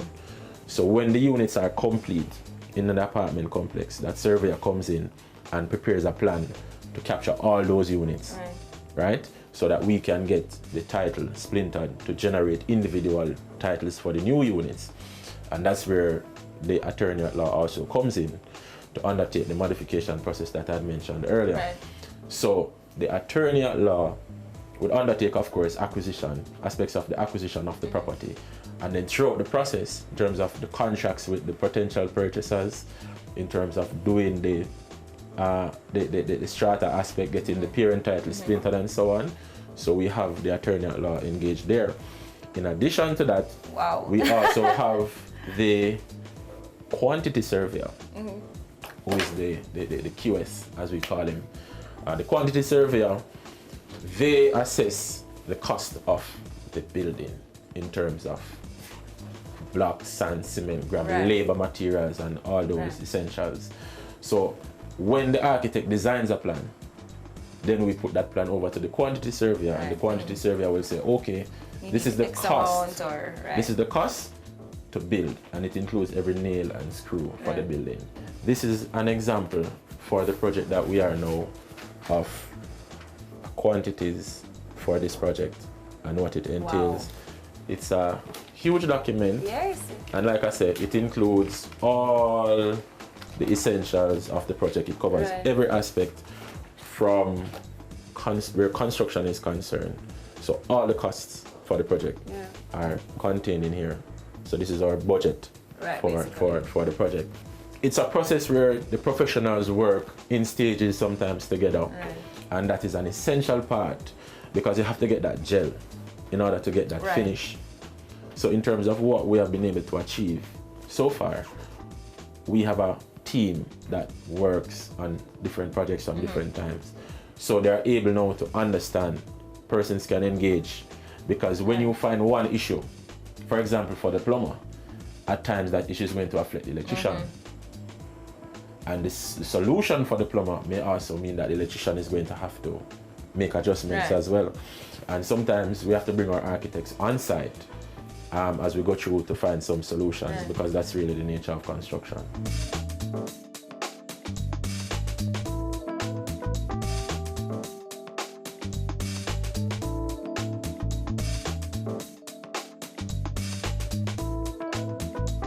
Don't go anywhere. Home Sweet Home will be right back.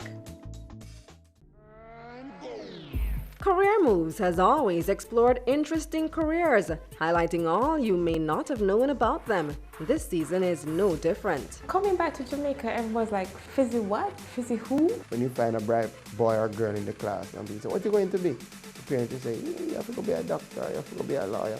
Nobody says you have to go be a politician. Let me see your hands! Tune in Tuesdays at 8 p.m. on Business Access TV.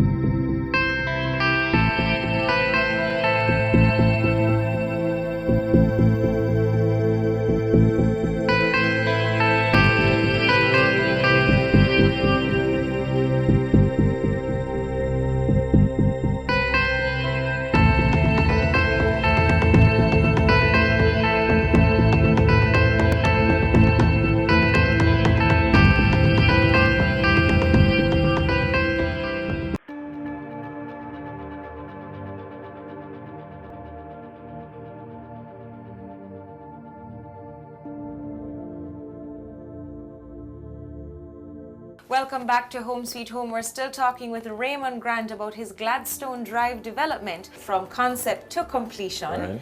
And I now want to get into site prep. What does that involve?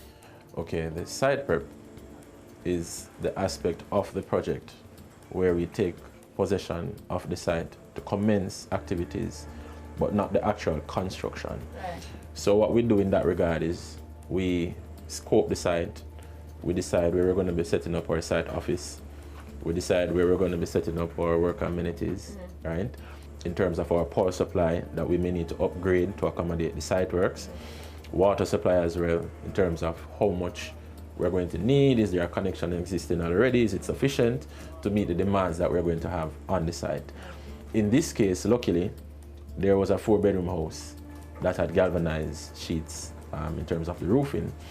So what we were able to do was to deconstruct the house, remove the roofing, and use that roofing to create the hoarding that's necessary to create privacy and to prevent and reduce some of the nuisance to the neighbors and so on in terms of the construction with dust and noise and so on.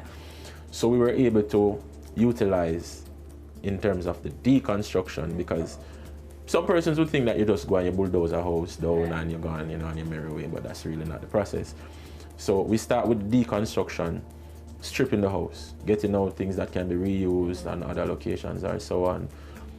The roof, if it can be removed, remove the roof and so on. We have reused some of the burglar bars from the house on the container here. Some of the cupboards from the house we have reused. And in terms of the work amenity space, the water closets, the face basins and so on, we have reused most of those back for the workers, right? So our workers, because from time to time we have workers that come from out of town that have to sleep on site. So we ensure that they have good facilities in terms of how they operate and so on. So there's the benefit of using that process on your bottom dollar essentially. And then we set up our hoarding, simultaneously setting up our electricals. In this case, we had to set up a utility pole, relocate the meter from the house, set it up on the pole, and we actually brought in the containers that we are in now, believe it or not. And this was set up from scratch, where we got this container and we set it up to operate as our office. Because this is nice, right? Far side. In here? Yeah. Okay, cool.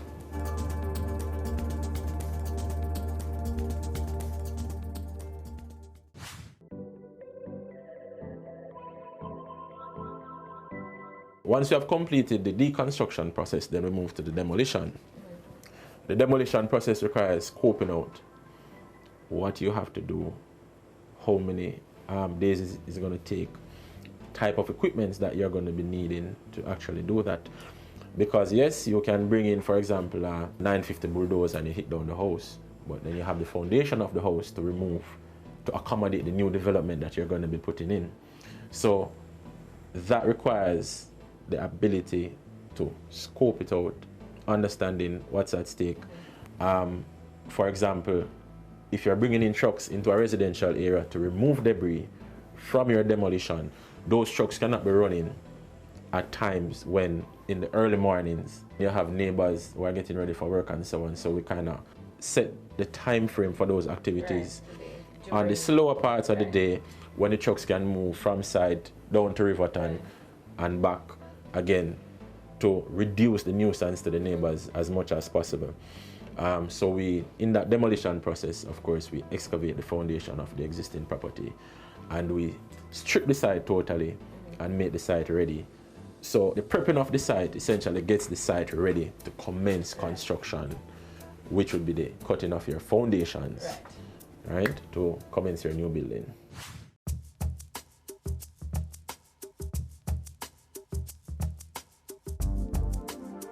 Now, what happens when it rains? The construction has to stop, and does that affect anything that you are constructing? Funny you ask that question, because when we just about started, there was some heavy rains in November of 2016, and we had to basically put a hold on operations for about a week and a half. But I'm happy to say that now we're actually 2 weeks ahead of schedule. Oh, lovely. Right, and part of the reason for that is that we can pace ourselves based on when certain, we call it acts of God, like rain or if there has to be an earthquake or so on would happen. What we do is we can choose to focus on aspects of the job that do not necessarily require physical presence on the site. So you can go into more detailed planning in terms of your aspects of your engineering again, or aspects of your architecture, in terms of your finishing. You can go about ordering, doing calculations to determine how many tiles you're going to need, how many materials you're going to need to finish certain aspects of the job. So even though the site may physically come to a halt, the project is still running, essentially, right? So what we do is our schedule that we have here captures all the aspects of the activities from the site prep that we mentioned all the way down to handing over of the units.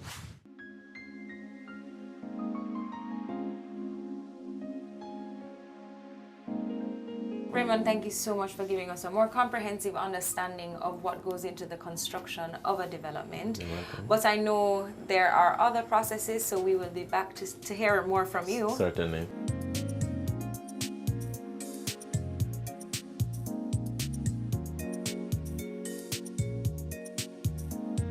There is still so much more to be done to this development happening here on Gladstone Drive. Until next time, I'm Candy for Home Sweet Home.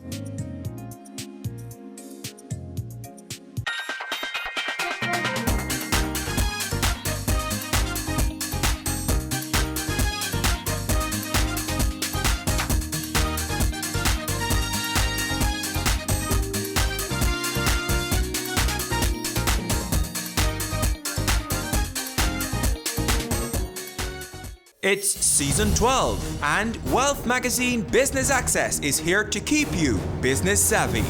With an impressive mix of some of Jamaica's most inspiring business moguls, we continue to keep Jamaica informed, empowered, and ready to dominate. Tune in Sundays at 5 p.m. only on BATV. You're watching Business Access. Business Access. Business Access. Business Access TV. Serious about business.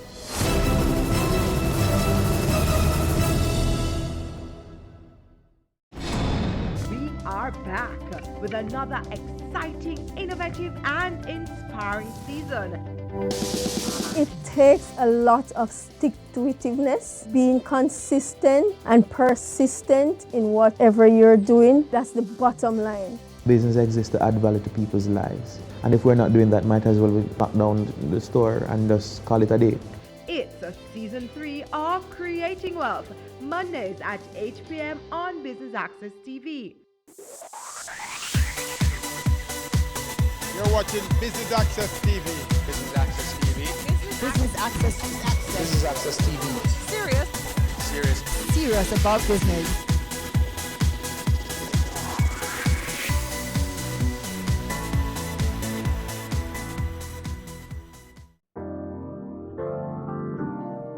It was a meeting of two cities when the Montego Bay Convention Center hosted cocktails in Kingston at the Spanish Court Hotel, Worthington. Business Access TV was there to share in the moment.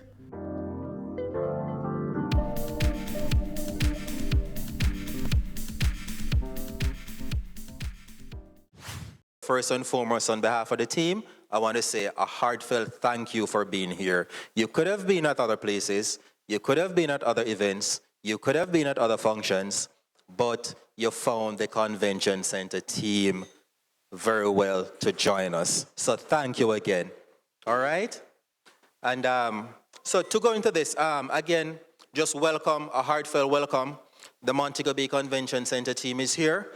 We have gone around, we have spoken to a lot of persons, but tonight it's very special for us because so many familiar faces, so many partners, so many clients, returning clients, possible clients, and the list goes on. So again, you will not hear me enough to say thank you, because that's a word that from the convention center, it's a part of us, and we really take pride in showing appreciation. This evening is truly special for us, for it has been a long time coming. Kingston has been a long time coming. And, Montego Bay Convention Center, of course, we opened our doors in 2011 and to the events and meeting industry. And, but connecting with our friends and our partners in Kingston has always been on the top of our mind. Over the years, we have received substantial support from our clients in Kingston. Therefore, this event had to be in our cards. And of course, we have a large deck, but you're on top of that deck. And we know good things happen in Kingston. So like many other parishioners, we packed up everything and we headed into Kingston on the town bus yesterday. Some of the team came in, when was it? Monday. And they say, Aaron, the traffic. And I said, it can't be worse than Montego Bay. And we found ourselves here sitting in this room 5:30 because we've said there's not one partner that is standing in front of us now that is going to be here and not see a team member from the convention center representing. So again, team, thank you. Hopefully, any guest tonight, and this is not meant to mean anything, but any guest tonight that have never experienced the convention center, unfortunately, you're in the minority. But what we want you to do when you're in Montego Bay, please come and visit. Sit with us, have lunch. Let's tour you. Let's show you the technology. Let's show you what some of our partners in this room have done with us. We have transformed the convention center. And of course, there are many events. And one of the things that we had looked at is how we put all the assets, the available assets, through our vendors, through our partners, together to really make the convention center what it is. The purpose of the convention center was never a self-sustained entity. It's to really contribute to economic development. And what we're measured on is not only profitability, but our economic impact. And we've seen it, especially in Montego Bay. But one of the initiatives that we had is to bring Kingston a little bit to Montego Bay as well through our friends and partners that are here tonight. So the Montego Bay Convention Center represents opportunities, one for us to think differently and see possibilities for now and the future. The center firmly places Jamaica as a viable destination for meetings, conferences, exhibitions, and of course, a selection of certain sporting activity that relates to sport tourism. So while the honor is mine to welcome you, I always want to thank you for taking the time out in engaging with us. Think differently. That is what I want to drive in your thought process when it comes to the Montego Bay Convention Center. Let us work with the possibility. Let us make the possibilities become a reality. The sales and events team, they're here tonight. And I really want to identify the team members. I know when it comes to this part, they tend to just come together. And when I start to call the names, they're going to raise their hands. And they're going to say who they are. And of course, we all know them. So leading the sales and events team is, of course, our Director of Sales and Events, Ms. Mavoy Smith. Of course, there's Mavoy. We do have the sales managers with us tonight. You do have Donald Thompson. Where's Donald? Donald? There he is. There he is. Thank you, Donald. And of course, you have Alexia. Thank you, Alexia. And there's one lady here that she's a blend of food and beverage and sales. We call her catering sales. That's Trishani. So food is always important. So Trishani, thank you again. Trishani Austin. Our senior events manager, Kyan Henton. Many of you know Kyan. Many of you have been exposed to Kyan. Spearheading the senior events. Thank you, Kyan. So again, we have one lady that keeps us together. She's Michelle Gordon. Michelle is really our executive assistant and of course sales administrator. Sometimes we're based on a property, based on an events, we're pulled left, right, and center. If it's not for Michelle Gordon, we term her MG, the acronym MG, we would be all over the place. So MG's responsibility is to keep us together, keep us focused, and also keep us well fed. Thank you. ASEAN, many of you heard from ASEAN, know ASEAN PR, marketing, sponsorship. What else? And he takes the beautiful pictures. So with your permission tonight, ladies and gentlemen, ASEAN will, of course, on social media. I'm still catching up with technology. Social media, Facebook, Instagram, InstaChat. I got that right? Just joking. Just joking. So again, that's a team that is here tonight. And they're out, and they're here, well represented. So, of course, Dr. Guntley, my second mother. Wave your hands for me, please.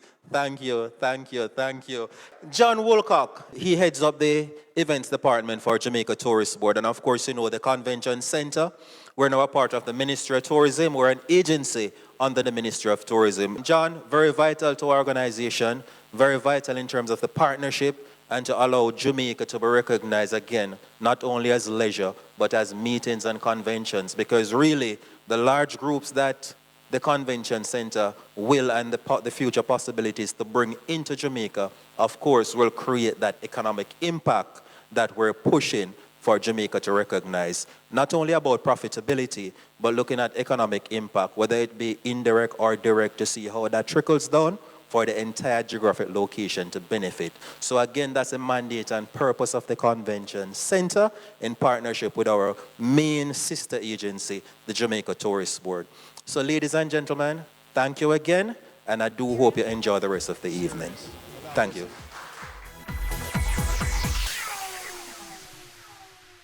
Your business matters. Business Access TV offers you the most innovative and effective advertising solution for your business, specializing in B2B sales, cost-effective solutions, the customers you want, the repetition you need. No No matter the size and nature of your company, your business matters. Call us at 876-618-2870 or email us at sales@batvja.com. Business Access TV, serious about business. Ready for cable for as little as $100? Ready for no monthly cable bill? Ready for 10 TV channels absolutely free? Then pick up our Ready TV box at authorized stores for $4,500. Hook it up to your TV set, then top it up with Ready Credit for 1, 7, or 30 days. Buy now and get $1,000 free Ready Credit and start watching your favorite shows. Pick it up, hook it up, top it up. Ready TV. Prepaid cable TV when you're ready. Now serving Kingston and St. Catherine. Limited time offer while stocks last. Conditions apply.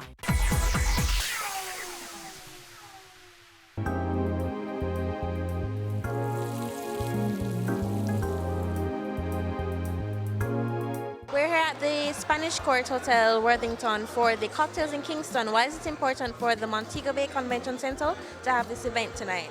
It's very important to us because a few things that we have highlighted and wanted to bring forefront is that we recognize and appreciate our partners in Kingston, our clients in Kingston, our potential clients in Kingston. Of course, we do have these events just to mingle, just to share our thoughts process, not in terms of business, but just to get everyone inside a room. And of course, we just talk in a informal or formal environment, and we just get together. So that's really the purpose of our vendors, our partners, our agencies, from the ministries to our suppliers. We just get everyone in and show our appreciation. You mentioned the Jamaica Tourist Board as one of your major partners. How has that relationship been? It is excellent, and it is a relationship that has been in the making since our inception. The Tourist Board is very important to us. Jamaica Tourist Board, of course, is what we consider as our DMO, or Destination Marketing Organization, that assists the convention center in not only marketing the facility to any other destination that would willing to come offshore, especially the international destinations, but what they do as well is to market Jamaica and assist us in not only marketing as Sunsan and Sierra Leisure, but to ensure that Jamaica is seen as a meetings and events destination that can host large group in a first world facility. And speaking of that first world facility, tell us a little bit about the Montego Bay Convention Center and what people can expect from the venue. Montego Bay Convention Center, managed by SMG, a North American-based company that manages 85% of the public facilities in the world. Of course, First World, now we have a mandate to ensure that First World facilities is represented here in Jamaica. And of course, Montego Bay Convention Center opened its door in 2011 to the events industry. And what we really do is to host events. I mean, regardless from your weddings to your largest expos, to your exhibition, to your conventions, to your sporting events, to your church events. So we're an all-inclusive package. We're a flexible facility. And what we do is to host any and every event. So that's basically what we do. And what to expect is our people. We have a set of well-trained staff, and events is our core business. And what we did in the initial stage is to ensure that our team members, they're fully aware of all aspects of event management, certified and also recognized internationally. So what you will expect from the Montego Bay Convention Center is the highest level of technology, the best aesthetics, theme, and the best management you can think of bringing your event from a thought process to reality. So that's what we're all about. And finally, now that you're here in Kingston for this event, what kind of connections are you hoping to make at Cocktails in Kingston tonight? Yes, we do have quite a few corporate partners in Kingston, but what we want to do is to bring Kingston to Montego Bay.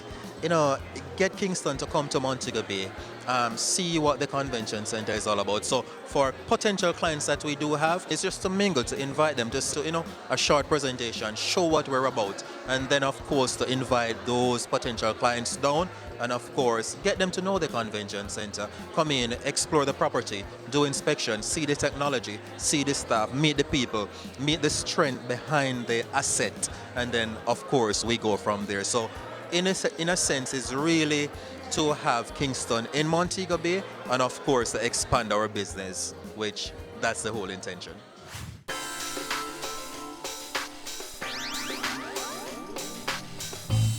The Montego Bay Convention Center opened its doors about 8 years ago. What have we seen from the convention center over the years? Well, the convention center since 2011 to now 2019, we've done a little bit over 700 events. We've done a lot of weddings, we've done graduations, we've done car shows, we've done meetings, conventions. We're home to most of the major churches in Jamaica where they do their annual conventions with us. So we're home to the Jamaica Baptist, the United Open Bible, the Jehovah's Witnesses, you name it, we're home to them. And as was mentioned, the Jamaica Tourist Board is a major partner with the Montego Bay Convention Center. How has that experience or how has that relationship been over the years? Very positive. Having the convention center in Montego Bay means that we have the ability to go after larger groups that will support the hotels in the area. And without the convention center, this was a void. So, of course, having a state-of-the-art facility in Montego Bay opens up a lot of opportunities for us. And we're seeing where MICE planners are really taking a very close look at the destination, whereas in the past they might have said, you know what, this group is a little bit too large for Jamaica or for Montego Bay. Now it's on the table. Now Jamaica is even more viable. And can you comment on the impact it has had on the tourism industry over the years? The Montego Bay Convention Center, as Karen Benjamin, our interim general manager, mentioned earlier, that our core function is basically to support the community. So our aim is to bring in, as John just mentioned, the larger groups to Jamaica, so it will impact the hotels. So we basically get heads in beds. You'll have the coconut man on the roadside being able to sell more jelly coconuts, the cane man, the nightlife, so the Margaritaville's, the Pier 1s, you name it, so it's like a domino effect. So all partners involved will be able to get a piece of the pie. And it's only been here since 2011, so can you comment on what impacts has been made to tourism before and now? Well, again, as Mavoy just mentioned, it's all positive in the sense that we're getting more business, increased business, more visitor arrivals coming in. Conventions that would not have considered Jamaica, now they're looking at the destination, they're actually booking the destination. So again, it's very positive. We have become even more competitive in the marketplace. How do you see the center being utilized in new ways to pull more visitors?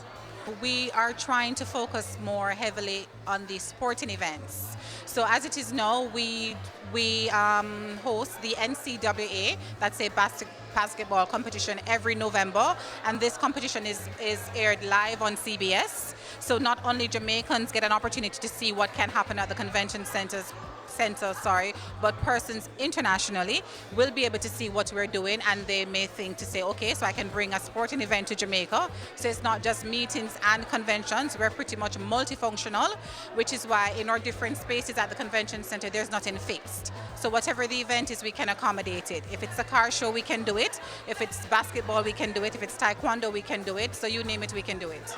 And anything new from the tourist board that you can mention? The Jamaica Tourist Board is always looking at new opportunities.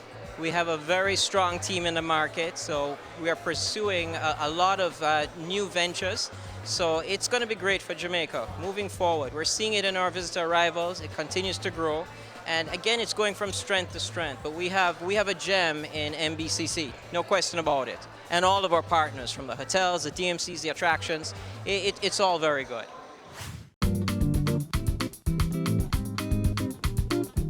Your company has hosted several events at the Montego Bay Convention Center. Talk to us about the experience working with them. It's an amazing experience working with the team there. One of the wonderful things about the convention center and the team is that level of engagement. They take on your project as if it's their own, and they're really involved from start to finish. And it's something that you really appreciate as a project manager and an event manager, because you want to be assured that all of the details of your event are taken care of. Usually you're planning an event from Kingston at the Montego Bay Convention Center, so having that level of oversight, that level of attention to detail is really very important to us. So it's something that we really appreciate. After a while they become your friends. It's really an amazing team there. So I'd recommend anyone to go to the convention center. And it's not just about the team, it's about the facilities, it's about the facilitation, it's about the accommodation of each and every request. So I can't say enough good things about them there. Mm-hmm. And how important would you say a venue like this is for Jamaica? Oh, absolutely, very important. I mean, Jamaica, as the general manager just said, Jamaica is more than just sea and sand. And it's very important that you have a facility that can accommodate local, nationally scaled, as well as regional and international events right here on our shores. It's an opportunity for various industries to be showcased, for us to stage events that have multi-tiered opportunities for varied groups. So for the hotel sector, the broader tourism sector, for other persons here in Jamaica, it really makes sense for you to have a facility like this in Jamaica. And I can only wish that they go from strength to strength in terms of the range of services that they offer that will ensure that we entice as many people here as possible to utilize the services and the facilities that are here. Hi, I'm Peter Shakir from Event and Entertainment Services. We're an event management and planning company, and we do many events across the island and abroad as well. We also own Jamaica Bridal Expo, and this is my partner, Joanne Paxton, and she'll talk to you a little bit about hosting Jamaica Bridal Expo at the Montego Bay Convention Center. We've hosted the Jamaica Bridal Expo at the Montego Bay Convention Center for the past 6 years, and Jamaica Bridal Expo is at home at the Convention Center. Everything is positive about the venue, the grand ballroom, what you have the expo in, the conference room where we hold a conference on the first day of activities for the expo, and the staff at the Montego Bay Convention Center is absolutely amazing.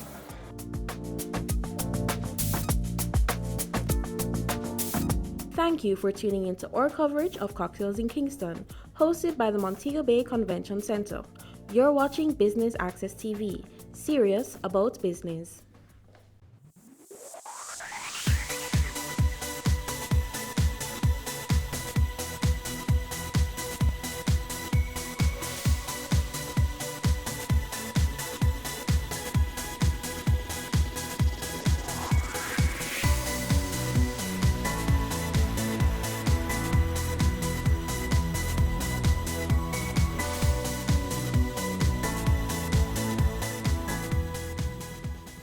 Your business matters. Business Access TV offers you the most innovative and effective advertising solution for your business, specializing in B2B sales, cost-effective solutions, the customers you want, the repetition you need. No matter the size and nature of your company, your business matters. Call us at 876-618-2870 or email us at sales@batvja.com. Business Access TV, serious about business. Cameo brings the creative industries to life,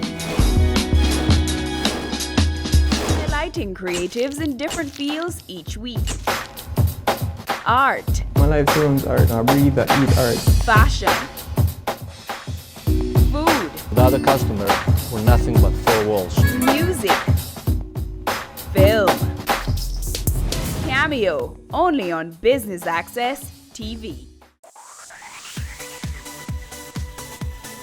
You're watching Business Access TV. Business Access. Business Access. Business Access. Business Access. You are watching Business Access TV.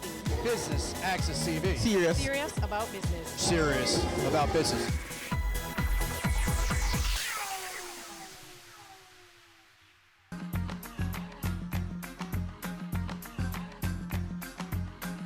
Wealth Magazine is back at it again with Corporate Mingle. Today we're here at the Reggae Mill Bar, where executives, creatives, entrepreneurs are here to mix and mingle. I'm your host, Amita Pasadre. Please stay tuned for highlights. Thank you to the team from Wealth, and thank you for you being here. We're here to introduce you to the newest way to deal with Western Union. This is the way of the future. This is how you will be handling your Western Union business going forward. It's called westernunion.com. Grace Kennedy Money Services is in partnership with CME today here at Corporate Mingle. Talk to me about that. So, Grace Kennedy Money Services is the home of Western Union, Bill Express, FX Trader. Today we're here with CME because we have an exciting new product to push, and this is the ideal target audience or corporates. Because you know what?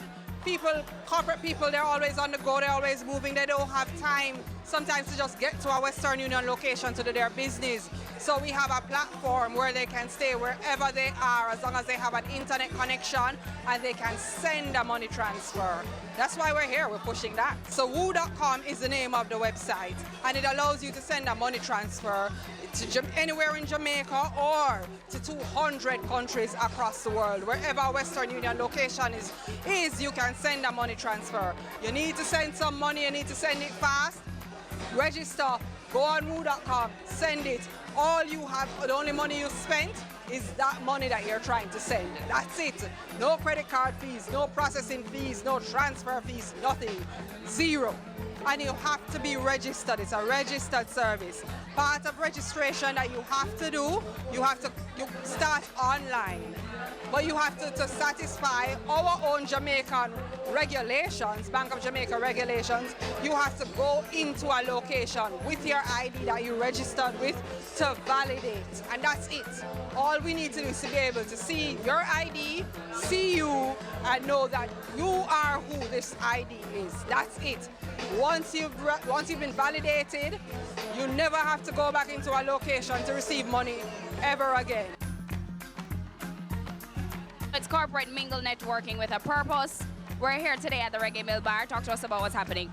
All right, so this is our fourth staging of the Corporate Mingle, and this is the first time actually coming to this location. We have a mixed crowd because we have Bumblebee as a sponsor. We have Grace Kennedy, Western Union, Business Access TV, and of course, Adam and Eve Dayspa. So we have a very mixed crowd. We have mature, younger persons here. It's always a new venue, so we can try something new so persons don't get used to the same venue. And it's always here again. It's always a new place, preferably somewhere hip, as you see Reggae Mill is where all the festivities happening now for the young people. We have different networking games. We have our wonderful host, as usual, Amisa. So we're trying to keep it interactive, get persons involved, talking to each other, mingling, networking. Of course, drinks flowing, so people flowing, conversations flowing. So talk to us a little bit in regards to what exactly it is that Bumblebee does. So Bumblebee is a digital media agency, so we look at what we can consider traditional digital media, which is the Facebook and the Instagram and the Twitter and Google, of course, but we are also into programmatic, and definitely the leading product that we offer is Wi-Fi advertising, which is new to Jamaica.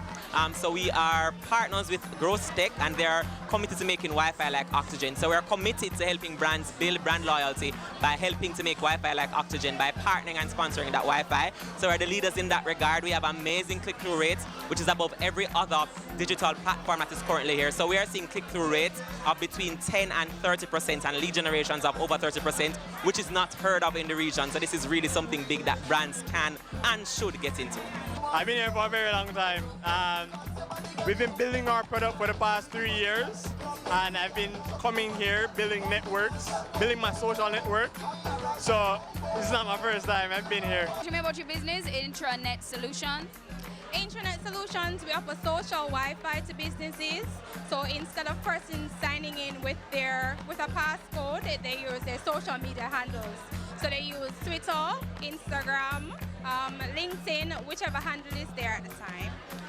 Once persons sign in, companies get their demographic information because they would have approved and allowed for you to get that information.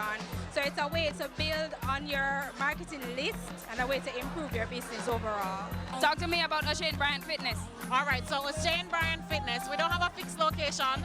We're predominantly at UEMONA campus, but of course we're a fitness entity that's geared towards giving Jamaica the most affordable health and fitness lifestyle. It's a lifestyle, no, a fat thing. Well, it's my second time coming to a mingle. I'm really enjoying it. Perfect place to mingle, to get your business out there and learn about your peers and what's going on.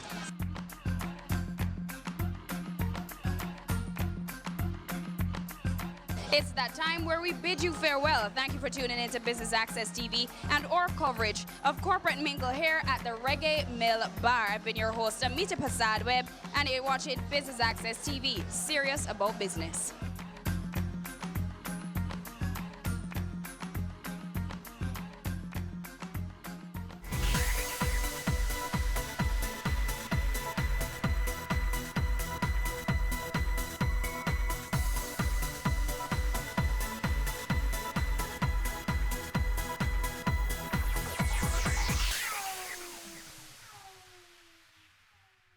business current affairs you can relate to.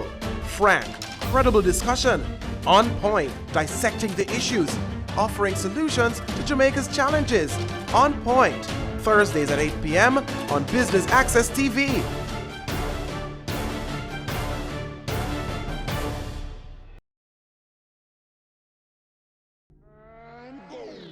Career Moves has always explored interesting careers, highlighting all you may not have known about them. This season is no different. Coming back to Jamaica, everyone's like, Fizzy what? Fizzy who? When you find a bright boy or girl in the class and people say, what are you going to be? The parents will say, you have to go be a doctor, you have to go be a lawyer. Nobody says you have to go be a politician. Let me see your hands! Tune in Tuesdays at 8 p.m. on Business Access TV.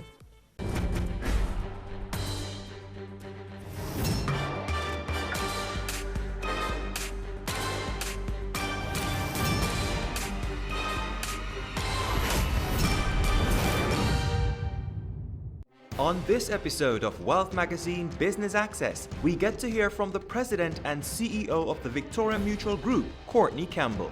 Taking us on a trek down memory lane, Campbell identifies how faith, discipline, and leadership were a part of his core from a young age, qualities that would later prove vital as he excelled in corporate Jamaica.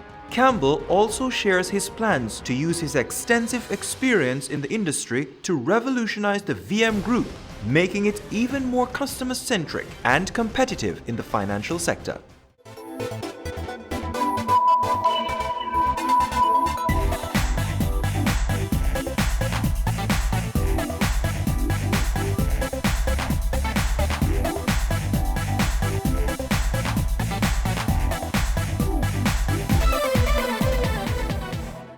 I'm Courtney Campbell, President and CEO of the Victoria Mutual Group.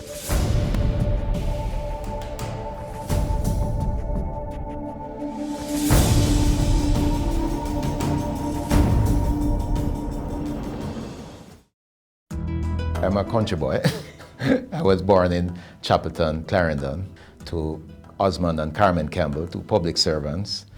Grew up in a small family, just my younger brother and myself with our parents over the years. Actually born on Mother's Day, I just think that's special, right? And so as the first child, I'm a mother, and being born on Mother's Day I think is really cool. But we actually grew up in Kellits, Clarendon, North Clarendon. That's where my parents lived at the time. And childhood days were really fun. We spent holidays many times with our grandparents. My mother's father lived in Colonel's Ridge, which is North Clarendon, and my father's parents lived in Rock River, which is just about central Clarendon. They had farms, and it was really fun to be moving cattle in Rock River, for example, from one part of the pasture to the next. And, you know, we'd spend some time with our cousins there. But also, we had some really wonderful times just playing at home. And my father taught me cricket in the backyard, right? And we would use some improvised equipment, right? But we had really good time. I remember roasting corn, and then some really good family fun times traveling around the island. My father was a forest officer, so he had, I think, a good career with the Forestry Department in the Ministry of Agriculture. He would spend lots of time in the hills of St. Andrew, Portland, St. Thomas, but also based in Monique, St. Anne. And he would work from there, and also in the Bullhead Mountain area of North Clarendon. So he worked all over the island, you know, helping us to preserve our forests and to ensure that the environment was protected. My mother was a postmistress, and she worked at the Mona Post Office, Watermount, Kellits, and she ended her last few years in the service were at Watermount in St. Catherine. But my brother, Alistair, spent a lot of time with our diplomatic service. He was posted in Japan at one point, and of course in the Ministry of Foreign Affairs here. He eventually left that to start a publishing business on his own, so he lives with his family now in Canada, right? But we spent, for school, we attended Kellits Primary.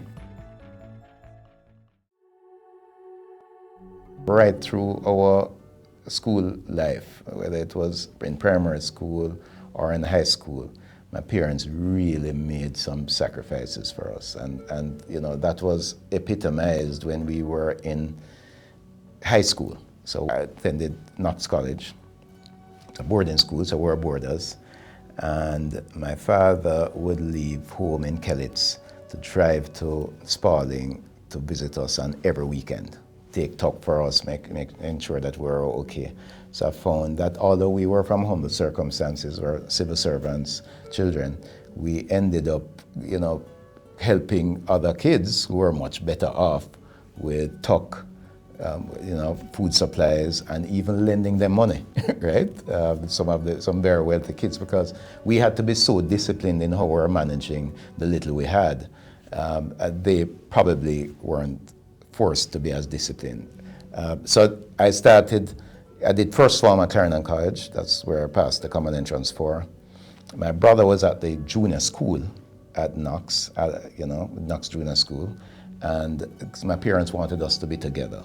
And so they made outreach to the principal and the vice principal of the high school, Mrs. Jones, Barbara Jones at the time, and she arranged for me to be transferred from Clarendon College to Knox. So I started Knox in second form, what they call at Knox Class 8, and it was a really great experience being at that school. And, you know, today I'm so fond of Knox. I sit on the board now. What I was exposed to at the high school, I started to develop leadership skills and getting some leadership responsibilities. I was a prefect. Then you were involved in several other activities such as track and field. I started doing a little track, and of course I played cricket for the school and represented the school in one chess match. I quite enjoyed. I got a good beating, but I quite enjoyed it. And then when doing A-levels at Knox, then we did A-levels at the community college, and that was a further, you know, experience to develop leadership skills. And we're involved in the student council there, and they had a canteen that was run by the students, so I was a canteen manager. But those A-level years were wonderful, developed some great friendships. So by the time we got to UWI in 1981 is when I started, I think we were well prepared for the course of study at the time. I actually joined university, was admitted to do hotel management, believe it or not, because that's what I thought I was passionate about at the time. Initially I wanted to do the law, probably 14, 15. By the time I ended A-levels, it was hotel management. I was dead set on managing a hotel.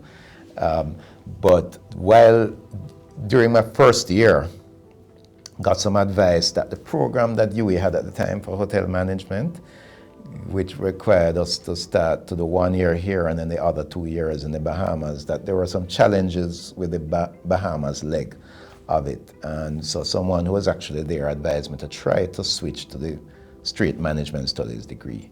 And so I got the transfer into straight management studies and, you know, completed those studies in 1984. But again, my UWI experience was so much more than about the academics, right? It was about involvement in student leadership and in the other extracurricular activities. So I was manager of the football team, you know, for Chancellor Hall. I was an executive of the University and Colleges Christian Fellowship, the UCCF group on campus. I was treasurer for Chancellor Hall in my second year, and then in my final year, I was a deputy hall chairman for Chancellor Hall and a guild councillor.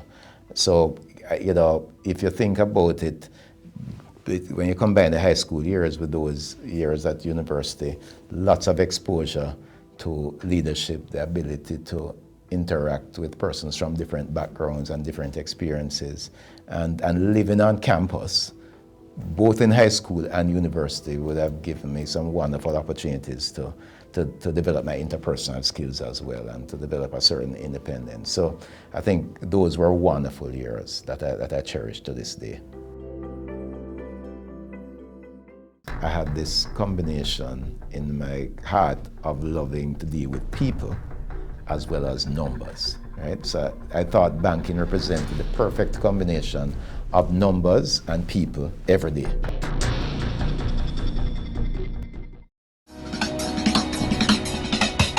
Cameo brings the creative industries to life, highlighting creatives in different fields each week. Art. My life turns art. I breathe, I eat art. Fashion. Food. Without a customer, we're nothing but four walls. Music. Film. Cameo, only on Business Access TV.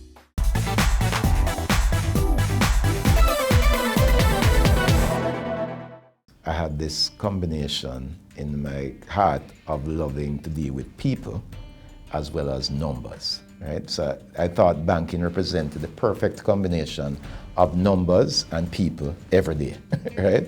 And so I applied to all the banks at the time, right? There's a few banks, but the commercial banks, those are the institutions that I submit. So I was interested in manufacturing, any other service industry, just banks. And I eventually landed a job at the bursary at the University of the West Indies right after graduation.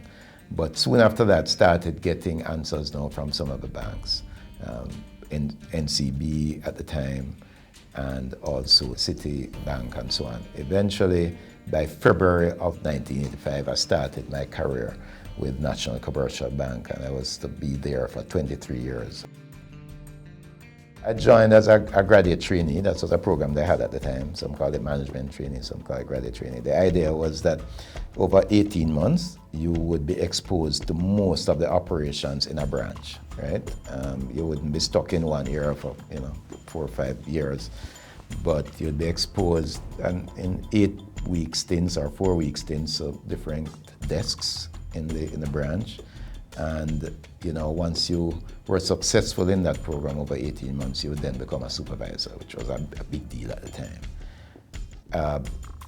Many university graduates, went on that program. Not all did well, right? And for different reasons, but I had a successful program.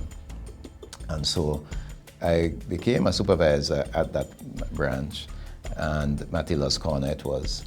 I started during that period the associateship for the Chartered Institute of Bankers, so it's called the ACIB, which really, because at UWI, they would not have gone into details of banking. It was very general. But, one piece of advice that I had received when I was being interviewed for the job is that if you really want to do banking as a career, it made sense for you to do those professional banking exams. One of the things I have always been committed to was excellence. Whatever I was doing, I was going to be very, very good at it, right? I would take home the simplest tasks when I was learning them on the counter, right? And I would practice, right? Using sample transactions, I would practice them at home, and to ensure that when I returned the following day doing the real stuff, that, it was well done and very efficiently done. And so, I remember early days when I was in the foreign exchange department doing some complex traveler's checks transactions that, one customer said, I have never been served so quickly with this type of transaction. I really set high standards for myself. I was transferred from the branch into corporate division, which was unusual at the time because the corporate division was really for the cream of the crop in terms of credit analysts, so they would pull most in fact, all of the account executive assistants from the credit department at head office. And I was, at the time, from what I can recall, the first to leave a branch and to go directly to corporate. I really threw myself into that work. And so by the time NCB in the mid-90s established an investment bank and wanted someone from their ranks to work in that small team, Mr.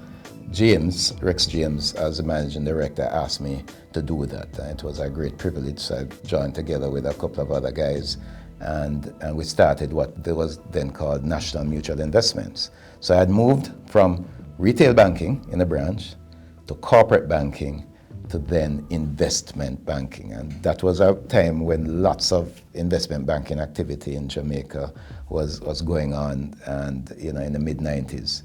I spent 3 years there. I think we achieved some of the objectives, or most of the objectives that we had set out. So at the end of that 3-year period though, I felt that I really now wanted to be on my own. So I spoke with the head of HR at the time, Audrey Basanta Henry, and when an opportunity came up, I was offered the opportunity to be the branch manager in Mandeville. And what a wonderful experience that was, right? Leading my own team there, but wonderful customers in that part of the island, and a great team. And to this day, I have solid friendships that were developed in those 3 years in Mandeville. My family moved to Mandeville. We worshipped at Ridgemount United Church in Mandeville. We're really part of the community. And when we returned to Kingston 2 or 3 years later, it was really a very emotionally difficult time for us, but because we thoroughly enjoyed that time. I returned to Kingston to take up the role of head of retail banking. So in 2008, I transitioned from NCB to First Global Holdings Limited, as a subsidiary of Grace Kennedy. And I'd enjoyed my time at NCB. I had some wonderful colleagues, some great bosses in Patrick Hilton and Dennis Cohen. Really enjoyed working with them, and of course the chairman, Michael Leachin. But I believe that at that point of my career, I wanted something more in terms of broader responsibilities. And yes, I was leading the largest business division there, but it was at the end of the day a division of the bank. And the question is, as I looked through to the rest of my career, was it going to be sufficiently fulfilling for me to be just chasing more profits each year? And I felt that I could do a little more.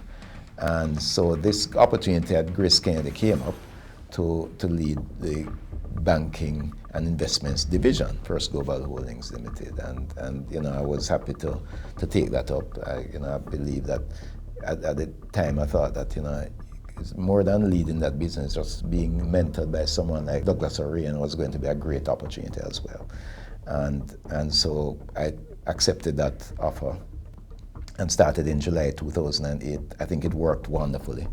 And, so I had 8 great years there.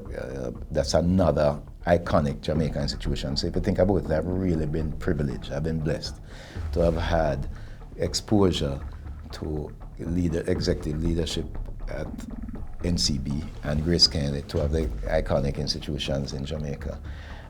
Soon after joining, that was July 2008, by February of 2009, I was asked to take responsibility for the entire financial services division. It was then called GK Investments. What we did then was operationalize a company called GK Financial Group. And so that really was the holding company for all the financial service businesses in Grace Kennedy, cutting across 12 Caribbean territories, the money services business, insurance, banking, investments. And I had a seat on the board of the parent company, Grace Kennedy Limited. And I would say to you that it was a rich experience, just being exposed to world-class governance practices, decision-making in a conglomerate, capital allocation decisions. And we did, I believe, achieve a lot. There was pretty significant growth in the business over that time, and also some investments that will, bear fruit in the future. And so just, the opportunity to be involved in those was just invaluable, right? And again, building up some good relationships with some wonderful and talented, very, very talented people on the board and in the executive leadership team and right across Grace Kennedy. So the next phase of my life, so if you recall, 23 years at NCB, 1985 to 2008. Then 8 years at Grace Candy, 2008 to 2016, right? And you know, this great opportunity comes up at Victoria Mutual Building Society. And I'm thinking about this, you know, through the last few months of 2015 and saying that I'm enjoying my time at GK, at Grace. I mean, I'm really learning a lot and benefiting from great working relationships with everyone there. And the question is, how do I pull away, and why should I pull away from that to do this job at Victoria Mutual? And you know why I eventually decided to? The mission of Victoria Mutual. The mission that was behind the establishment in 1878. And that mission was a noble one that I think is still relevant today, because Victoria Mutual was established for the purpose of ensuring that ordinary Jamaicans, if you recall, this was 1878, 13 years after the Morant Bay Rebellion, 40 years after the abolition of slavery. Land ownership and home ownership, you know, were distant dreams for the ordinary people at the time. And so some clergymen decided that, you know, using the model that they had seen working in the UK, where, you know, these building societies were being established and doing reasonably well, that model was viable in Jamaica as well. So, you know, Reverend G.W. Dowan and some other clergymen decided that they would want to establish Victoria Mutual for that purpose and to help some ordinary people to get a breakthrough by virtue of just pooling their savings, right? And, you know, granting home loans from that. And I've always been concerned about inequality in Jamaica. I don't believe any one institution can solve that, but I believe that each institution can be a point of light, right? We need several million points of light, but let me be one point of light, right? Or let my company, let my institution be one point of light. And so that is what attracted me to Victoria Mutual. We have this ambition that, you know, 2 or 3 years out of university, you have a stable job, we should enable you to have a mortgage to open your own doors. You know, that's the type of ambition that we're bringing to it. Because Jamaicans are ambitious people and we want to facilitate the ambition. So that is about how we structure our mortgage products and so on, right? And how early we encourage you to start meaningful saving, right? Because that's a goal we have. Now we're committed to mutuality. And mutuality really means that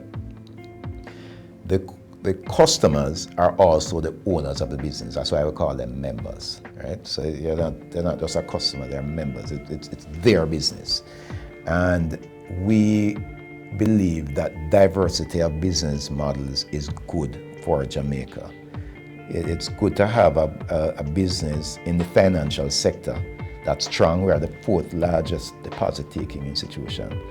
So, you know, we do have a pretty decent market share, right, which we're seeking to grow. But it's good to have such a strong institution like Victoria Mutual Building Society, owned by all our customers. All of these people operating in you know, doing business, living and working in Jamaica, and many in the diaspora, owning this business and the business being run for their benefit. I would want Victoria Mutual to, during my tenure, make a real difference in financial inclusion in Jamaica, making it possible for many more Jamaicans to meaningfully participate in the financial sector, saving, but also borrowing to acquire their own homes. I think we have to keep working at ways to make a breakthrough in that respect. I'm driven by, I think, my personal convictions. My faith is very important.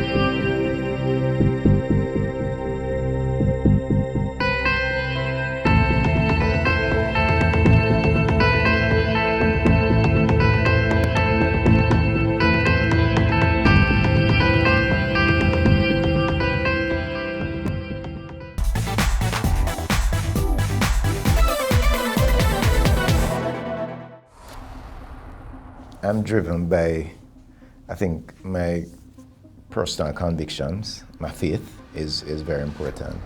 You know, there's a verse in Colossians that speaks to whatever work you're doing, work at it with all your heart as if working for the Lord and not for men, right? So I really commit to doing everything that I'm doing with a certain degree of excellence because, you know, I believe that this too is kingdom building. I mean, I think that God works through all of us, right? In helping to make the world a better place and bringing more justice and righteousness. And I think that even in the financial sector that we can play a role in helping people to live better lives, and that drives me. Of course, I'm also driven by my family. I've been married to my wife, Pauline, for 29 years. I have a really great relationship. So she's a wonderful partner, a great support. We met at university, right? And so I see her as a great partner in this journey of life. My two sons, Adrian and Dominic, are also special. So we enjoy really good family times. And, you know, some of the things that I look forward to are just holidays as a family together. And we have had some wonderful times over the years, but not just holidays. Just going home during the week and spending time on weekends together is something that's special. I've grown a lot in terms of how to develop strategy, in terms of how to lead people, in terms of the ability to make tough decisions, right, and communicate tough, difficult decisions. So I've grown a lot in that respect. I've grown a lot in terms of how to network, in terms of how the responsibility of, you know, taking public positions, right, standing alone sometimes, unpopular positions.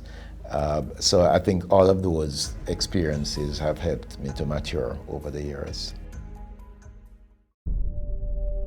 Over the years, I've been very involved in public service. So, well, first of all, through the church, I have served different congregations, Portmore United, Richmond United, Webster Memorial, in different roles in social outreach, in evangelism, in discipleship. I've served at the Knox College on the board of governors there. I've served as chairman of the National Education Trust, you know, and that's the arm of the Ministry of Education that's responsible for stimulating private sector investments in education. So I served as chairman of that body for 4 years, and during that time we completed the construction of several school expansions, but also a new school, Cedar Grove High School, and then we spent some time developing the business case and getting approval for a project to install solar energy, PV panels in 20 to 30 schools. I think for me, wealth, true wealth, is eternal.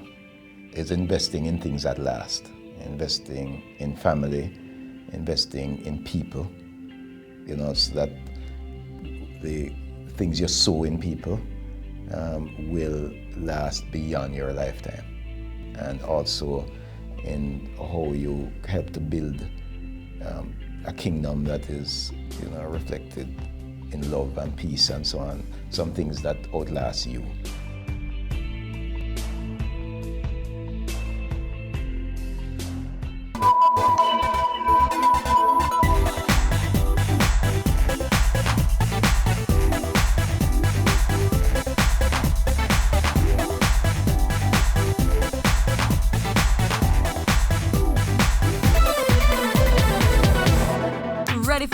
as little as $100? Ready for no monthly cable bill? Ready for 10 TV channels absolutely free? Then pick up our Ready TV box at authorized stores for $4,500. Hook it up to your TV set, then top it up with Ready Credit for 1, 7, or 30 days. Buy now and get $1,000 free Ready Credit and start watching your favorite shows. Pick it up, hook it up, top it up. Ready TV. Prepaid cable TV when you're ready. Now serving Kingston and St. Catherine. Limited time offer while stocks last. Conditions apply.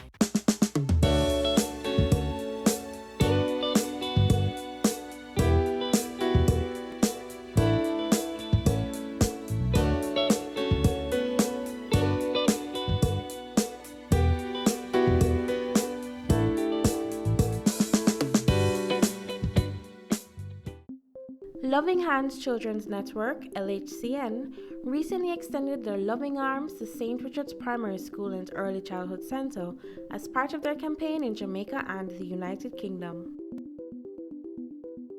Loving Hands Children's Network is a social enterprise. We're a community organisation based in the United Kingdom. We've set ourselves up to help those in need, as in children, young adults with disabilities, those that are disenfranchised, and those young children, young people who are in real need, home and away. We have 5 representatives that work with us. We're all volunteers. Abigail and I, as we said, are co-founders. Yeah. We have 2 local representatives here in Jamaica. We have 2 representatives in the UK, and we have one who's a brand ambassador that's based in the United States of America. We're here to launch our Feeding Our Future campaign and to share our organisation with you guys in Jamaica. I got a dream. And I wanted to fulfill that dream. So Antoinette and I became really close from working in the school because where our daughter attends. And I presented that dream to her. And because I look up to her as a mentor as well, which I don't think she knows, but yeah. So I decided to present that to her, being, business-minded as she is. And I decided to bring it to life, really. And the name came to me in a dream, as I said, and we wanted to add something else to the name that could broaden it.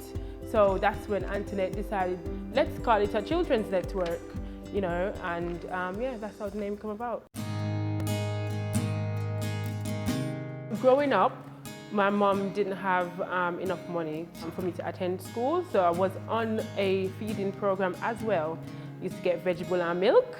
I'm assuming they're still doing that. Yes, so, and for me, like what Antoinette mentioned earlier, I've done my research, and, it's very important for kids to have a meal in the morning.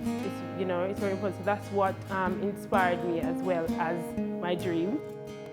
We've only been working with organisations in the UK at the moment, but then we've reached out to where we are here today, so St. Richard's Primary School and also the Early Childhood Learning Centre, because Abigail came to St. Richard's Primary School, and we wanted to, as we said, give back and to share various initiatives that we've been talking about. My own child has disability, so I have a 16-year-old son who has autism. So, totally understand the pressures and the constraints for a parent. And I wanted to share that outside of the UK because I was being reached out to online and social media by families and, friends with children with special needs, and the lack of support and resources here in Jamaica for those children. We would like the government in Jamaica to help to support us. We feel like special needs to be recognised more, and children should not be shunned because they've got a special need. So we would like that to be recognised more by the government. The importance of, the supporting children with special needs, being a special needs teacher as well, it's so rewarding to see, when you get them from September and say, for example, they've got speech and language or some form of physical disability, and to see the progress and sometimes just you alone cannot support enough children. So we need that, that extra support, that governmental support. We've kicked off and launched our Future campaign, Jamaica, and that basically comprises of a breakfast feeding and healthy choices eating plan. So we're working with principals at St. Richard's, so Mrs. Maureen Wong, and we're also working with Millicent Wilson here at the Early Childhood Learning Centre to promote and provide children with, healthy options, optional choices, and to learn how to eat well. We're very conscious, we've done research, we've looked into the impact of having breakfast and how that can enable you and energize you in order to learn, concentrate, build the brain and growth. We're not saying we're health experts by any means, but we are caring and cherishing parents, so we do understand and see the value in having a real warm meal, full healthy meal, vitamins, minerals each day. Future plans would be to for us to have sponsorship, because at the moment we are doing everything, it's self-funded. We would love to have sponsorship because we found it quite challenging, self-funding the Feeding Our Future initiative. So yes, it would be lovely to have some form of sponsorship from the government. And I would also add that as well as sponsorship, we're currently, as I said, being approached by many organisations, and it would be nice to see beyond, siloed projects come to life. It'd be really, impactful across the island so that we can enter into all the parishes with the Feeding Our Future programme, which we do intend to do. We'd like to roll it across all 14 parishes.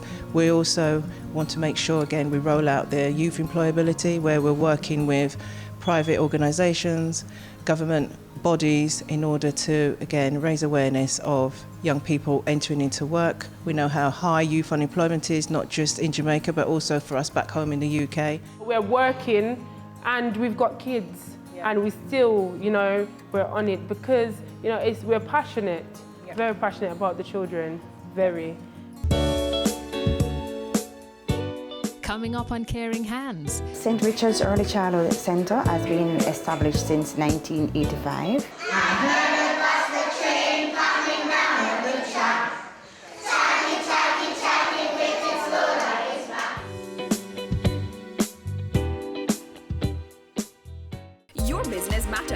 Business Access TV offers you the most innovative and effective advertising solution for your business, specializing in B2B sales, cost-effective solutions, the customers you want, the repetition you need. No matter the size and nature of your company, your business matters. Call us at 876-618-2870 or email us at sales@batvja.com. Business Access TV, serious about business. They say it takes a village to raise a child, but the world will one day need the leadership of that child. The time you spend with your child matters. It stimulates their minds and shapes the way they act. Talk with your children. Help them to better understand the world around them and to value what is truly precious. Above all, the most valuable gift you can give them is love. Play, talk, teach, love. Take the time. It makes all the difference. A message from the Parenting Helpline and Ad Council Jamaica.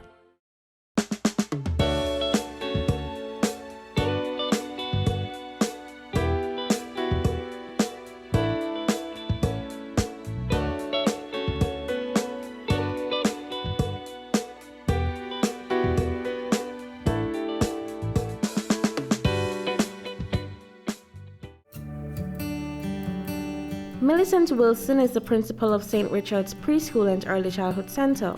She is grateful for the support that she has gotten from Loving Hands Children's Network. So too is Maureen Wong, principal of St. Richard's Primary School. Both schools have a breakfast feeding program for all students. St. Richard's Early Childhood Centre has been established since 1985. It was operated by the Catholic Sisters. However, over the years, it was closed and reopened in 1999. That's when I started here. However, in 2013, I became the principal of St. Richard's Early Childhood Center.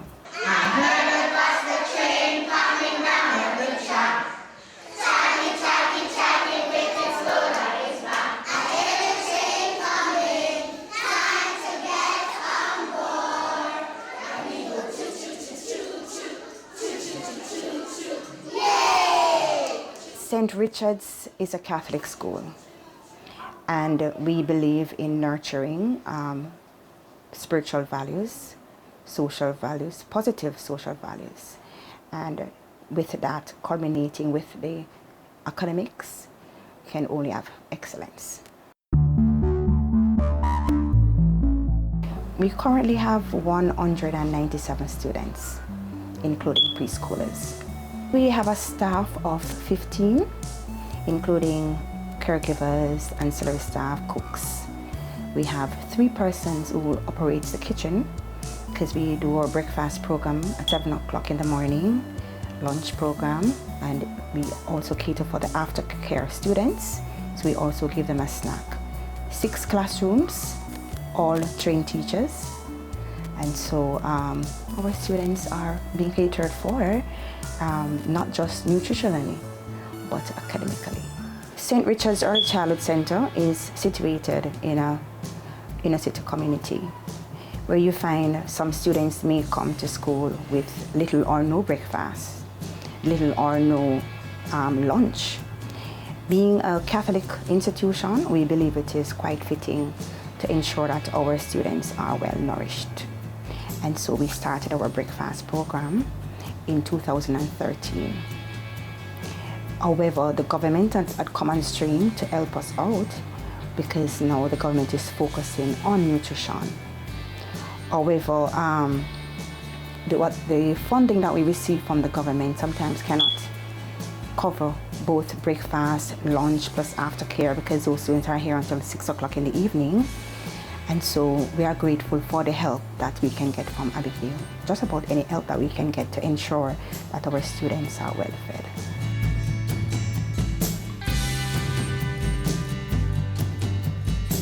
Abigail was a student at St. Richard's Primary School, which it's on the same compound as the Early Childhood Center. And she has decided to partner with us for a breakfast program, right? And she's just given back to her institution. She's so much in love with St. Richard's Primary School and what she has achieved. And so we are really grateful to be a part of this venture.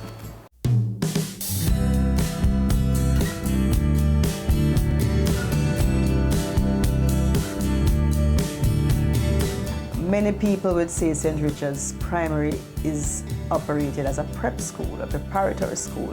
We prepare our children here to go out into the wider world. We have an holistic approach, and everyone, just about everyone, we want their children to come to St. Richard's Primary School. We have a very good program here, and it's not just about academics, it's well-rounded. We have sporting activities, we have the arts, we have a mixture of everything here at St. Richard's Primary School. And we pride ourselves in our motto, excellence or goal. So whatever it is that we do here at St. Richard's, we aim for the highest, and we always maintain a very high standard.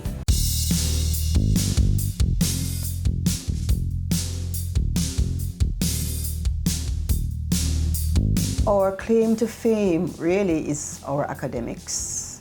And every year when our students do the grade 6 achievement test that the government allows for all schools, for the primary to matriculate to the high schools, we are always on top of our games. We have a high percentage of persons going to the traditional high schools.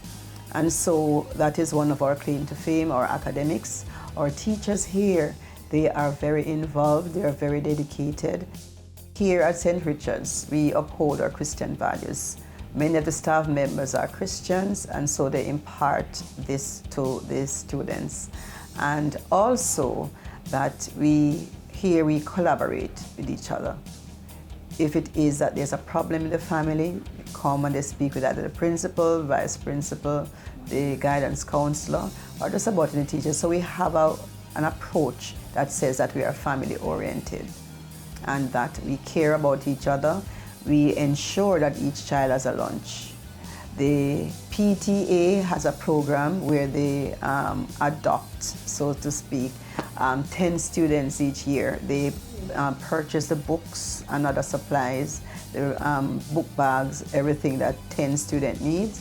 Also from outside, we get sponsorship for those students, especially those who are struggling in terms of the financial aspect of things, and that they, really show the true potential. So I have students who are sponsored by, persons out there who really want to give back to the society. And, we have persons like Abigail, who is a past student here at St. Richard's. And so it is that, we are considered. I just would like to add that I thank persons like Abigail from Loving Hands, who is on board with St. Richard's Primary, that other persons, when they see this, that they too can come on board, because the school will benefit a lot from persons who look out and give back to society in this way. We are ready to make a positive change. So whatever the challenges are, it is for us now to find persons who are trained and capable to help us in any area. Coming up on Caring Hands. It's not just about a piece of bread and butter. These guys are really getting some really good meals here, and we try to change it each day.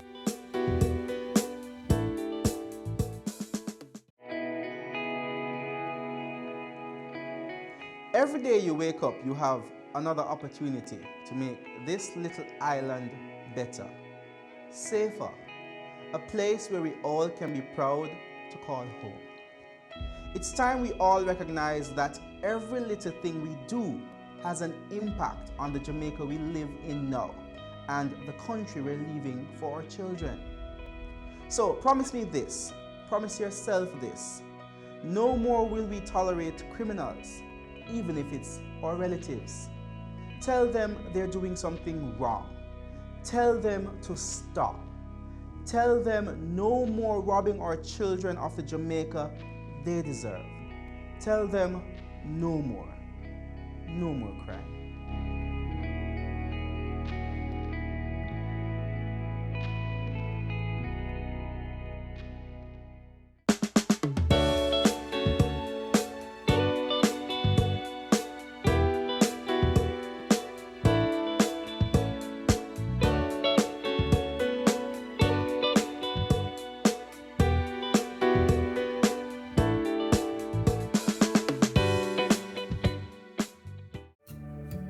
Kevin Nemard, the PTA president of St. Richard's Preschool and Early Childhood Center, sees the breakfast program as a welcome initiative.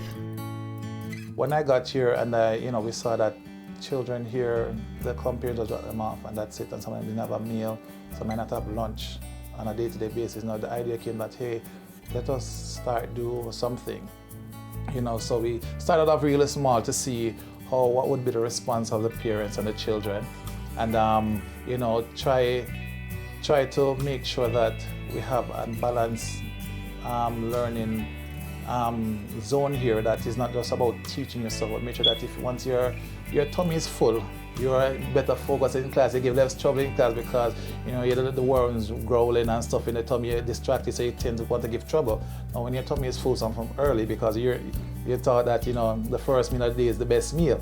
So here we started off, and our breakfast program is very, I think it's very good for me. It is awesome because it's not just about a piece of bread and butter.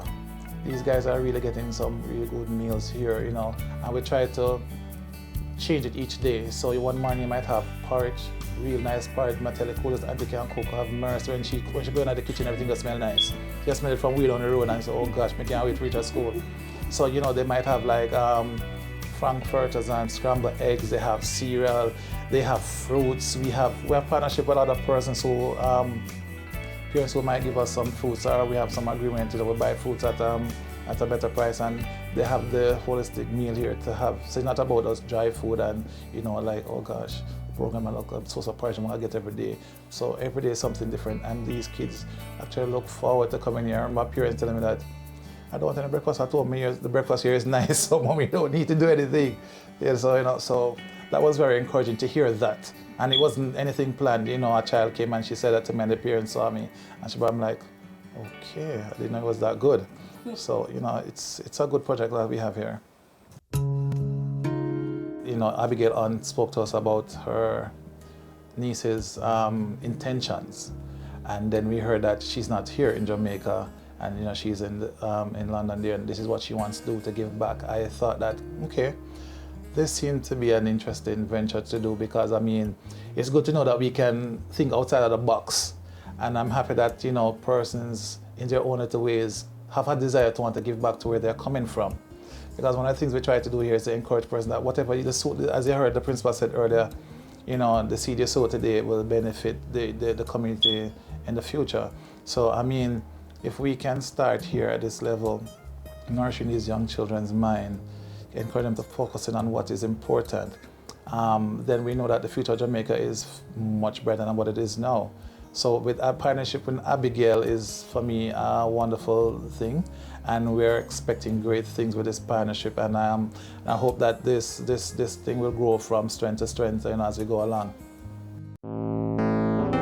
As St. Richard's continues to provide a holistic environment for our children, the parents are thankful for the thought and care shown to their children. It's helped a lot, you know, because you know in the morning when you wake up, even if you look out for breakfast at home, she's not going to eat it, but she loves to interact with the other kids when they're eating, so well, it helps out a lot. It is very good because at home she doesn't eat, but eating here at the school, it helps because she interacts with other kids. So I think eating with other kids help her to eat as well, and she eat more. I just want to thank those of who are helping to donate and continue to do it. I really appreciate it. What do you want to tell me about your breakfast that you eat in the mornings and coming to school and having fun with your friends?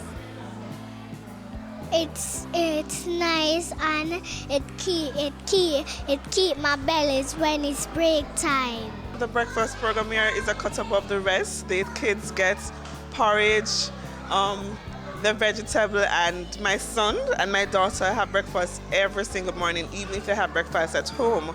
It's their duty to have breakfast here. And so it's a time when the kids get to, I don't know what Auntie put in the breakfast, but my son seems to love the porridge. And so I can't make porridge like Auntie, and my daughter seems to love her lunch. And she's putting on a lot of weight, but you know, I love that about the school. The teachers and the chef, I just want to tell you thanks for your hard work, for taking care of my children.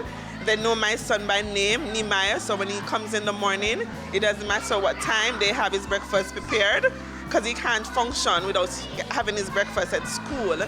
And to the principal, she's doing a superb job in the sense of my daughter usually attends a prep school, and it's St. Richard's is a cut above the rest. It is like a mini prep school with a very minimal cost. And to Miss Douglas, she is the most loving teacher and the most kind teacher. And to Shireen, my daughter, is so elated with the school. The ministry should take a page out of what St. Richard's is doing here and let other schools adopt what they're doing, because the students are learning and the students are being experienced to a whole heap of stuff. And I think what St. Richard's is doing is like, it's a first world country. It's you know what we get in a first world country, and that's what I love about St. Richard's.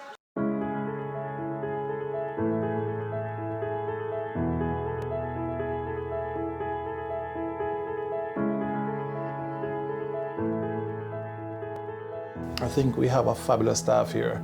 I think the teachers are just great.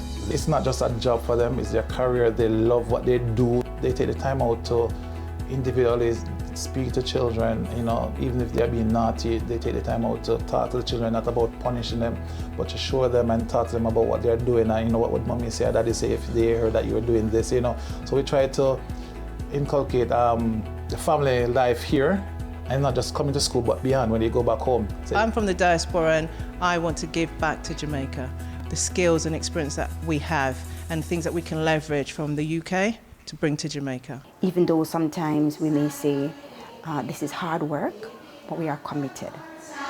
Whose side are you waving on? Waving on the Let's wave, I wave, I wave, I wave, I wave. Waving on the north side, so I wave, I wave, I wave, I wave. Waving on the south side. Whose side are you waving on? Waving on the north side. Whose side are you waving on? Waving on the north. Let's wave, I wave, I wave, I wave, I wave. Waving on the north side, so I wave, I wave, I wave, I wave. Waving on the south side. I wanted to be an educator because I believe that education is the most powerful weapon that can change the world. My dreams and aspiration is to one day become an entrepreneur where I can employ other persons and help to build the country. I wanted to go into development. I wanted to help people become better versions of themselves.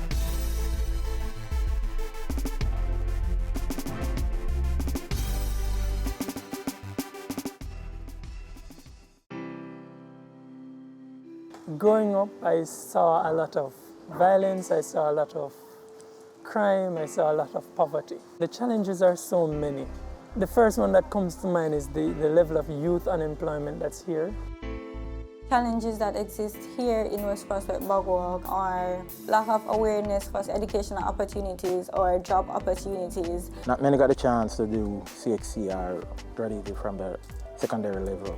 So that's a major setback for the people living in the community. A way to alleviate this issue is training programs. They need more opportunities, like to go back to school to get themselves a certificate so they can be able to work and create employment for themselves and their family. Push more entrepreneurship opportunity, encourage these youths to be creative and innovative in what they do. Give them startup capital to start their business. Invest more in the youth skills and talents. The Poverty Reduction Program is funded by the European Union, and it really is a program that focuses on the most vulnerable type of communities, making communities safer, making citizens more healthy, better access to education. For European Union, investing in youth is an obvious choice. They are the future of the country. If we prepare them well, they will bring the change that Jamaica needs. That's why we invest in scholarships, internship, training in life skills and mentorship. I received a tertiary scholarship from PRP to attend the University of Technology, Jamaica. It meant a lot to me because I realized that somebody else believed in me and somebody saw the potential that I have and somebody believed that I could actually achieve my goal. I benefited by getting firstly an internship, and also they assisted my bachelor's degree financially. But critically, outside of the finances, the persons that were on the project, you know, the motivation that they provided, etc., it really provided a huge boost. This is my third year at the MICO. This scholarship, it helped me to be able to focus only on my education here, because tertiary education is not cheap. I was placed at ODPEM on the one-year internship program. It was really good. It was an opportunity for me to prove myself, to give myself a service, and also to gain experience in the working world, and to also provide for my family. I plan to be an agent of change in my community by being a mentor, a leader, and a godfather for the youths growing up. Try to help them teach them a trade. You don't have to be rich to help. You don't have to achieve greatness to start. I contributed to my basic school by providing them with the necessary resources that they need, that I believe that in the long run it will have a ripple effect on many, many persons. Professionally, I manage the whole program, which is aimed at giving young persons the opportunity to, you know, do what I did, basically, to get their foot inside an organization. Additionally, I also have a little small business that I try to employ young persons to learn a skill, etc., When you're persistent in life, when you're determined, when you're hungry for success, then you'll be able to accomplish and achieve anything that you want. It has changed hundreds and hundreds of lives. Not just my life, my family lives, my friends' lives, etc. I want to just urge everyone looking on to continue these social programs. These are the solutions to the many ills that we face as a society and as a country and even as a world. So thank you.